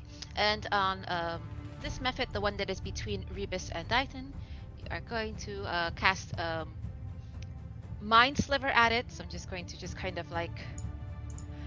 Ooh. And I would like that ice method to make a intelligence saving throw. I would like it to fail, please. Please fail. Intelligence saving throw. Yeah. Let's see. See how good they are at those. Has a total of 2. Fails it, thank goodness. I get to roll a 1d6 for psychic damage. Mm. That is a 3. And it must subtract a d4 from its next saving throw before the end of my next turn. Okay. So it has to, from any saving throw that might come until your end of your next turn, must subtract a d4. Keep that in mind. Anything And else? I will just kind of yell out. Are you here too? I mean, these little things are beneath you, aren't they? So I'm talking to someone else. Okay. That's your turn. That's my turn. All right. Delphine. Okay, yeah, since my movement is quite limited, it will take me some time to get into melee, so I will just use the gun and try. Hope that I... Where, at Like which it. one would you like to fire? Okay, I'm taking the one that is closest to me, method number 3. Gotcha. Good thing you have a gun. Exactly. Yeah. Okay, let's see if I hit something.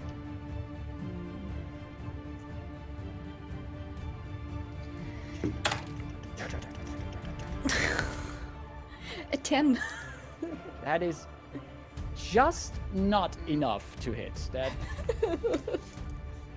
the gun fires, and instead of hitting the method, the bullet flies past him into the spire behind it. And where the bullet like goes to the ice, you see some of the eyes that are in the tower just look down at the bullet as if they're like insulted by the fact that they have been shot at. Cool, that was my action. And my movement, You have at least like 20 feet, I think, because no, I have half movement. I have exhaustion level half 2. movement. Okay. So I have 15. So I'm moving 15. there, slowly making my way.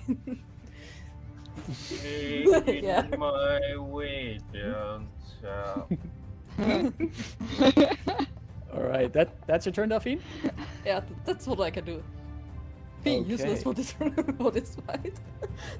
That brings us to the final method, which is just north of Dythun, who sees like Dythun tangling with one of its companions, Madrith fighting with the other one, and this method takes this deep inhale and then unleashes a frosty breath, and I need Dythun and Madrith to make me a dexterity saving throw, please. Oh boy. Fine. Okay. I like this dice. That's an 18. 18. You succeed. The total of Madrith's saving throw is a 5. Oh no. And so Madrith takes from this frosty breath, could have been worse, 7 points of cold damage. And Dythun, you take half of that, so 3 points of cold damage. Wonderful. Right. That, however, then also ends the method's turn, bringing us to the top of round 2. Dythun, you're at the top of round 2. So it was the one I hit earlier that used the ice breath, right? I think. Yeah, you hit the one on top, I think. Yeah. Okay. Yeah, yes, you did. I think it's just like an angered response. It's just I tingled a little bit. It just goes in for another attack. All right, swing away. Please roll good again. It kind of did. 14. 14 hits. Okay, wonderful. 6 plus 2, 8. 8 points of damage. slashing damage. 8 points of slashing damage. Your blade cleaves through the body of the mephit, as if you're cutting apart a shard of ice. The upper half still lifted up by the wings, and the lower half now slowly pulled down by gravity. But where the two halves break apart, this crackling blue energy appears, and the mephit explodes in a blast of shards. I need Dythun, Rebus, Madrith, and another ice mephit to With make minus D4. make a dexterity saving throw. We do not have advantage on those, right? But you're a barbarian. You have danger sense, if I'm not mistaken. You have advantage on those. Yes. Yes, yes, yes. I was just asking because of the exhaustion. Exhaustion one is only on ability checks. Yeah. Not Yeah. saving throws. Dexterity saving throw? Dexterity saving throw.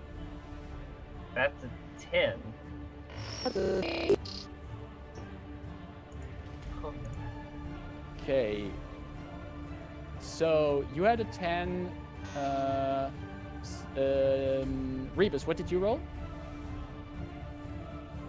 An 8. 8. I rolled really badly. It's an 8. That's a 10. Madrith had a total of 6, and the other mephit had a total. That's a D4 he has to subtract, right? Correct. And again, if the incoming damage is... Had a total of 2 for the saving throw. So everyone who rolled below a 10 takes 8 points of slashing damage. And if you rolled a 10 or higher, you halve that. okay. And that was this one. 4 points, was it? 8 points if you're slashing Oh, damage, okay. but since you're raging, it's halved for you Yeah. as well, so it's 4 points. It's ridiculous. Sorry, always double checking, 'cause I'm terrified of doing it wrong. However, since this method exploded, the slashing damage that the other method to the left of Dythun is caught in Cascade. is enough to take out that method as well, who is now blown apart. I need Dythun and Rebus to make another dexterity saving throw, please. Wonderful. I love chain reaction. It never ends. It never ends.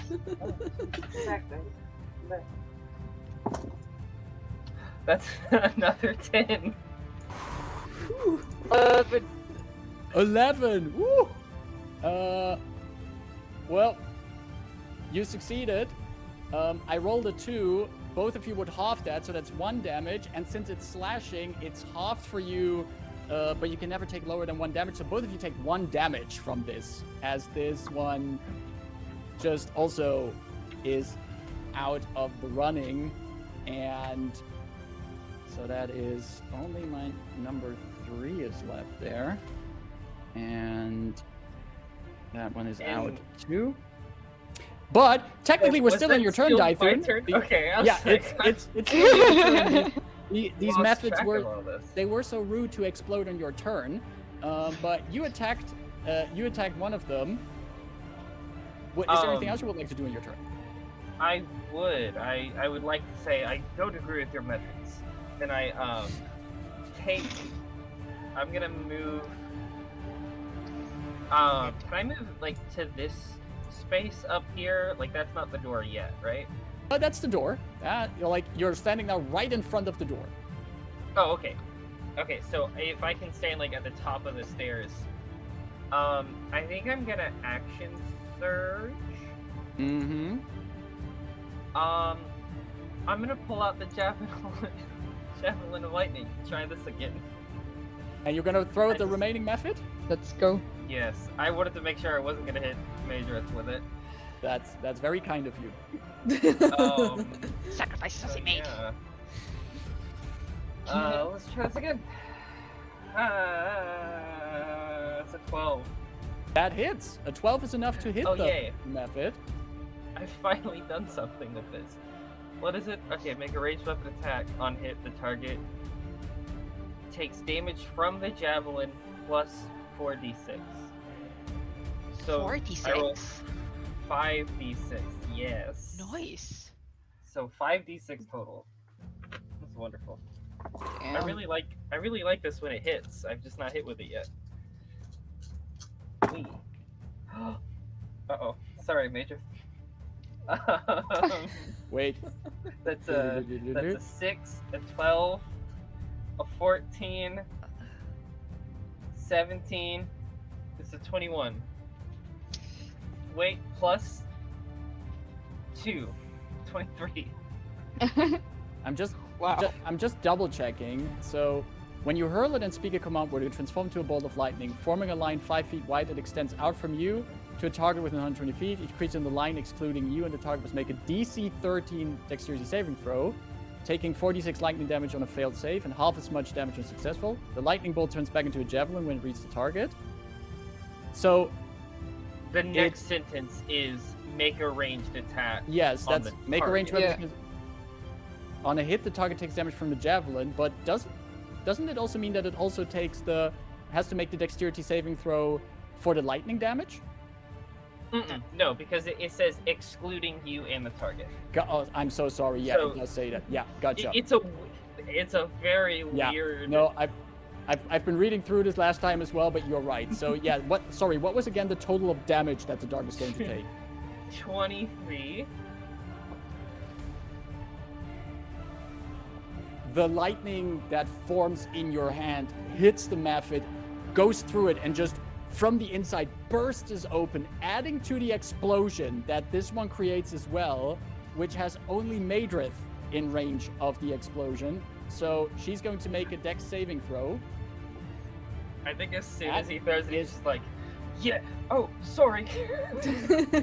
That is a total of 19. She succeeds on the saving throw, but let's see what I roll on that damage die, Oh, because fuck. she is not looking great from those other explosions. That was halved. That's 4 points of damage. She already took loads of damage.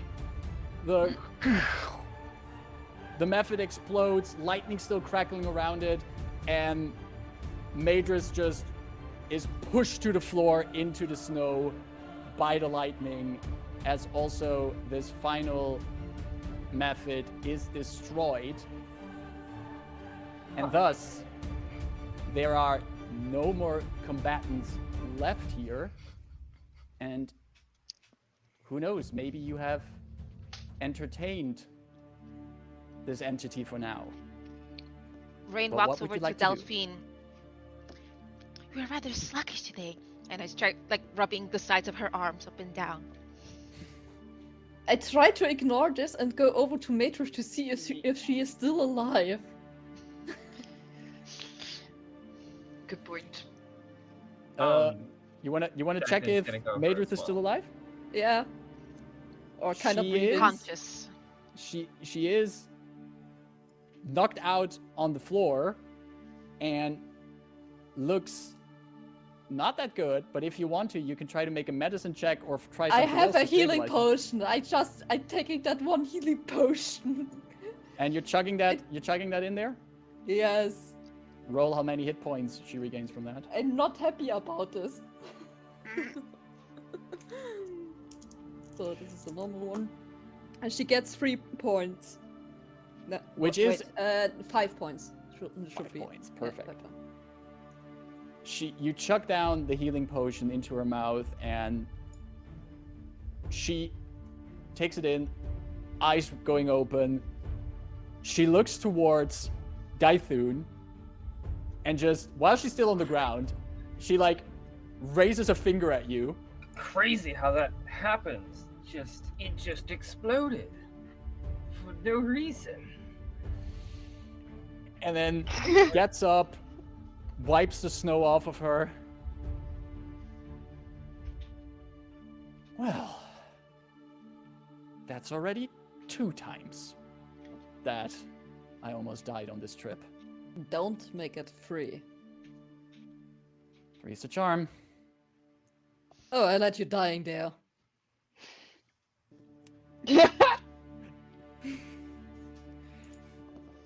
You Sorry. see that there's no more of these enemy creatures, and you're standing at the foot of the tower, these closed doors right in front of you.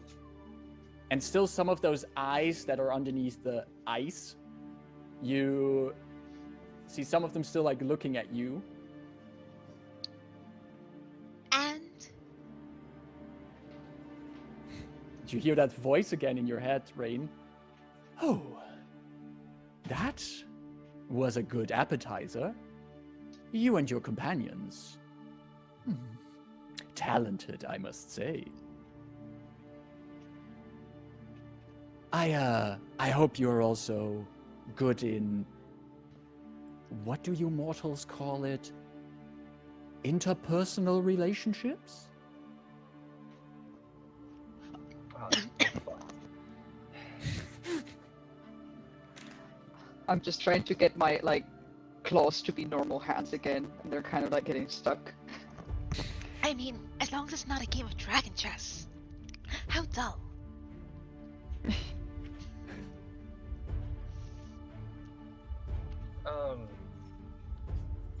Dythun's gonna go pick up his javelin. Look up at the tower. Can I like we can all see the eyes, right? Yeah.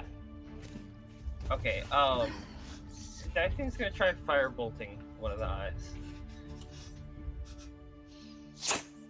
Throw a firebolt at it. Like, you can hit the tower easily from this distance. The firebolt flies towards one of the eyes. The flames lash against it. And the eyes just stare at you. Did they blink or anything? Nope, they can't blink. It's just like these eyeballs staring at you. Eyeballs of various sizes spread out all over the tower. I mean, I don't mind the attention, but the whole aesthetic's a bit gaudy. No, that's not the right word. It's a bit grim.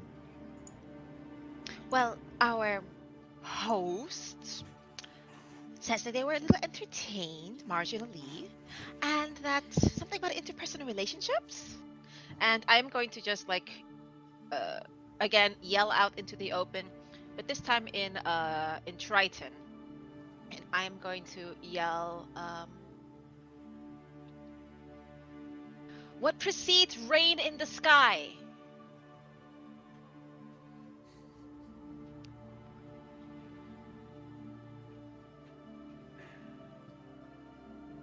None of you speak Triton, so you don't understand what Rayn is saying. Rayn, there's again this static in your head as you hear your twin brother's way too kind laugh that he does. You know, this kind of charming laugh that just enchants people when he does it. And you hear him say, well, it's a nimbus, of course. And I'll follow up in common. Are you actually here?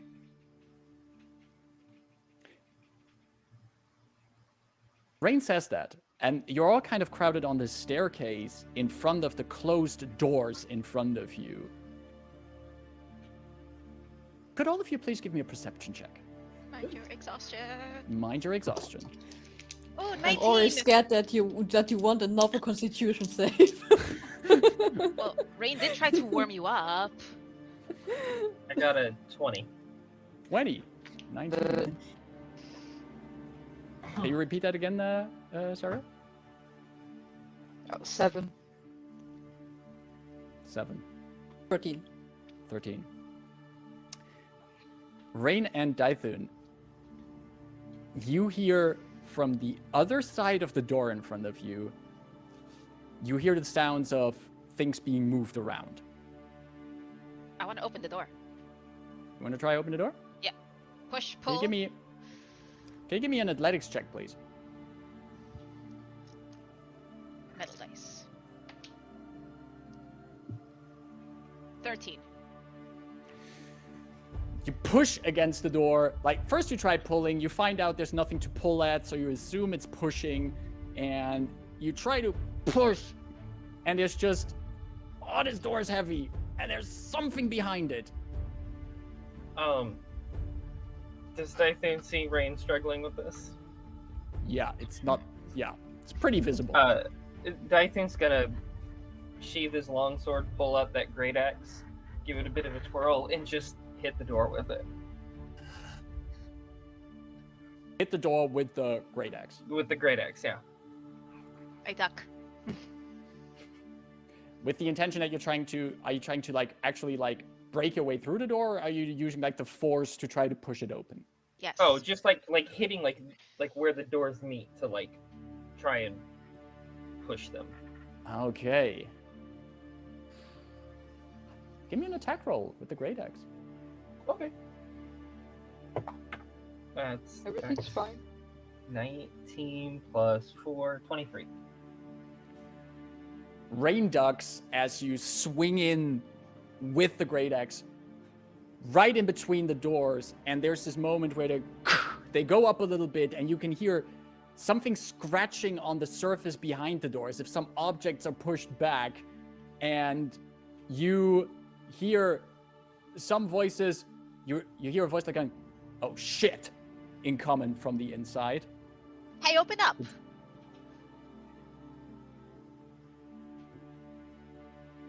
What the fuck?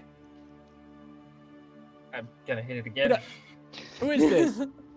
You're gonna do it again, Your Dythun? heroes, Oh, open up! Swing away, Dythun. 15 15 plus 19. Okay, that's 19. Yeah, sorry, not 15 plus 19. 19. 50 plus, yeah, I will be like, whoa. You Not quite that good. you swing again, and as you now have more space to swing the great axe against, it hits some kind of bunch of wood and ice shards that have been piled up behind the door to keep it shut. You carve through the wood, push away some of the ice shards, and the door goes further open. And you now see, standing behind the door is this small figure, a halfling, dressed in a poncho with feathers in her hair. You recognize her as one of the Deathgate Guild members that tried to kill you. And she's now standing in the opening as the door is open. She's like, "What the?" I put my face in through the broken shards of the door. And she puts her hands to her head like, "Yeah, that's our fucking luck." Oh. Surprise, we're here to save the day. And So you hope. she looks over her shoulder and she's like, Aina, you're never going to fucking believe this. And there's some, you see, standing up behind the halfling is the elven woman that you've also seen trying to kill you once in the cogs, and that you beat at the game of Sean Chicken. And she raises up her tall, slender figure looking at all of you, and she says in this voice, she just says, looking at you, "I'm sorry. We already got one Lyrander to babysit." Oh, so you're offering him at a discount. Darian! I'm afraid he's currently not quite in a state of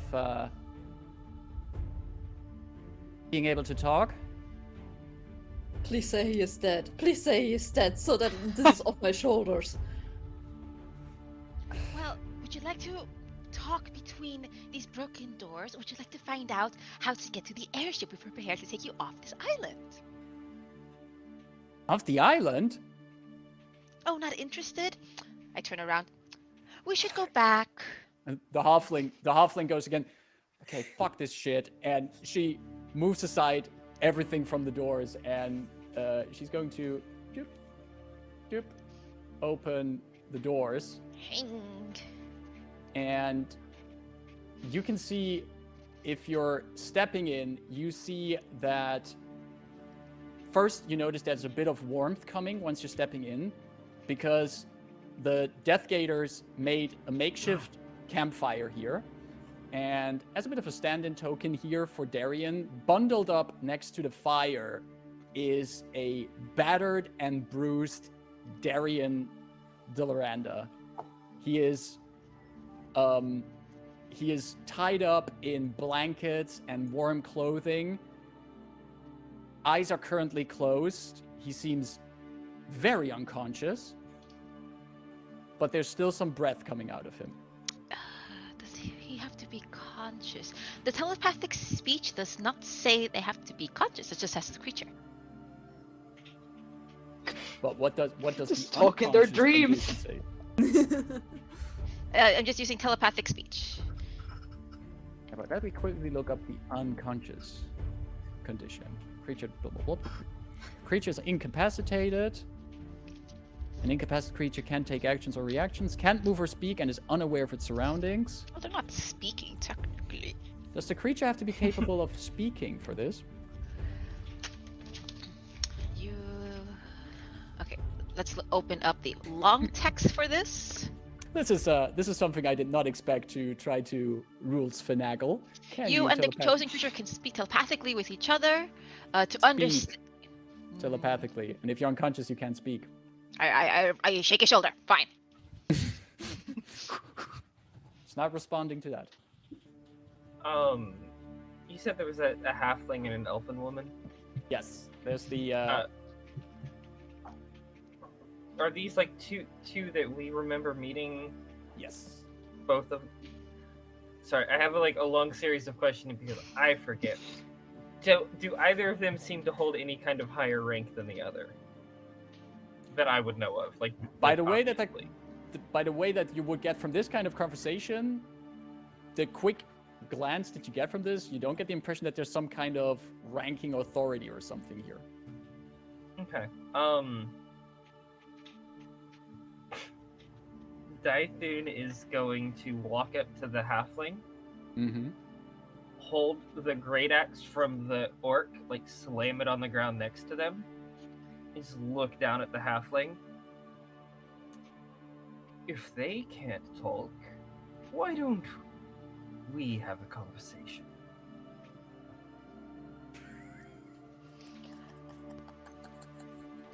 Give me an intimidation check, but using your strength instead of your charisma. Ooh. So you roll intimidation, add your strength bonus, and... And in I the am meantime, can proficient. Rayn give him Darian a healing potion? Sure, if you want to chuck a healing potion down Darren's throat. I have to respect how all of you are feeding healing potions to other people so far. I can really respect that. Don't hurt us too To much. NPCs. It's just good that we have so many. Yep. Oh, that was alright. 16 intimidation. 16 intimidation. As you slam that great axe down, you see the halfling look at it. Like the great axe is in total almost as tall as she is. And we haven't added in the tall stature of Dythun here doing this.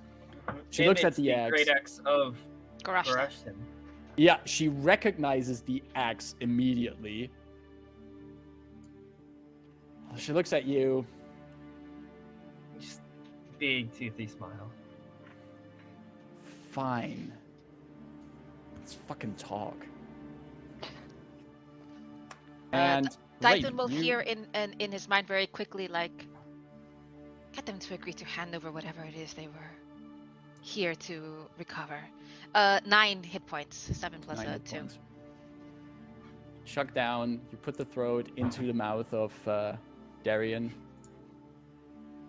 Flows down. You see the eyes moving underneath the closed eyelids as they slowly open. I arrange him on my lap so like a princess looking down. He looks at you.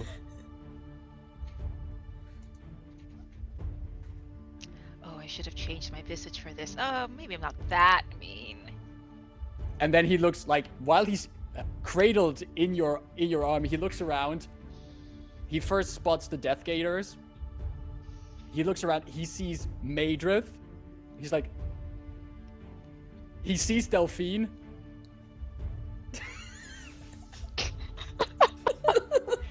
And that's where we're gonna end today's Surprise. session and pick up next. Oh! I wanted to say to Darian as soon as he gets consciousness, just quickly in his brain, I know who gave you the order. Oh yes, that's God! oh bueno. That was good. All right, that's where we're gonna stop for today. As you found at least Darian and the Death Guild Gators, and we're gonna see where that's going to develop. Oh boy, oh boy, oh boy, oh boy. All right. Well, you made some progress today. We're gonna find out next time what it exactly is what the Death Gators try to find here, and I'm also personally very curious how Darian feels about this entire situation, about this little family reunion he's having here. It's gonna be good. It's gonna be good. I like Darian, from not as a person. I like him as an NPC, but He's layered. that's- He has his good sides and he has his bad sides. yeah, Yeah. exactly. I love that you're like, I like Darian. Not as a person, though. But the vibe he gives off. Yeah. Yeah. You know when you're watching these TV shows and someone is a fun character, but you wouldn't want to actually know them or be friends with them. It's just they're a fun character in the story. Yep. So yeah. Okay, well, that was today. I think I had a lot of fun today. I hope you did as well. That's fun. And also happy once again. Congratulations to the winners of the giveaway today, and thanks to everyone who participated. And of course, also thanks to everyone who tuned in, joined us in chat today. Thank you for dropping by for these kind of things. Talking about dropping by, is there anything anyone wants to plug that maybe someone can drop by for, anything that's coming up? Yes. I already said it last time. I hope you can hear me properly. I don't know. Let me know. Little scratchy, I have to say. Okay, let me fix that. Love. Technology. Okay, it should be better now. Oh yeah. Yes, that's better. I will be, if you're around Leipzig, this Saturday, we have the Lange Nacht der Computerspiele, and you can come by and play a bunch of video games and see me at my table where I'll have prints and all kinds of things and stickers and stuff. You know, in case you're close by, there's a chance. So, yeah, you can inform yourself about it if you're curious, and it's Saturday the 7th. It goes on like until midnight, so it's really fun. Just letting you know. Cool. Anything else from anyone else that's coming up? For non-Horde of Tales things, let's see. Don't forget, May 28th, 29th, Roll for Good is going to be having a charity weekend, a TTRPG streaming weekend, where we're going to play games like D&D, D&D in Space, Call of Cthulhu, Fiasco, Fairy Corgi Steeple Race. I mean, that kind of title has got to be good.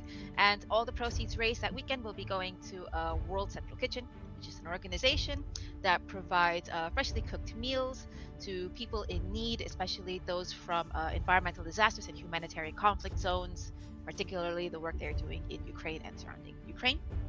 So don't miss that. I will be emceeing sometime that weekend. Marcus will be playing. Yay! And one more thing, that weekend too, it's gonna be very busy. I am going to be joining an all Latin cast for a limited campaign of Nahual. And Nahual is a Mexican-based kind of urban fantasy powered by the apocalypse game.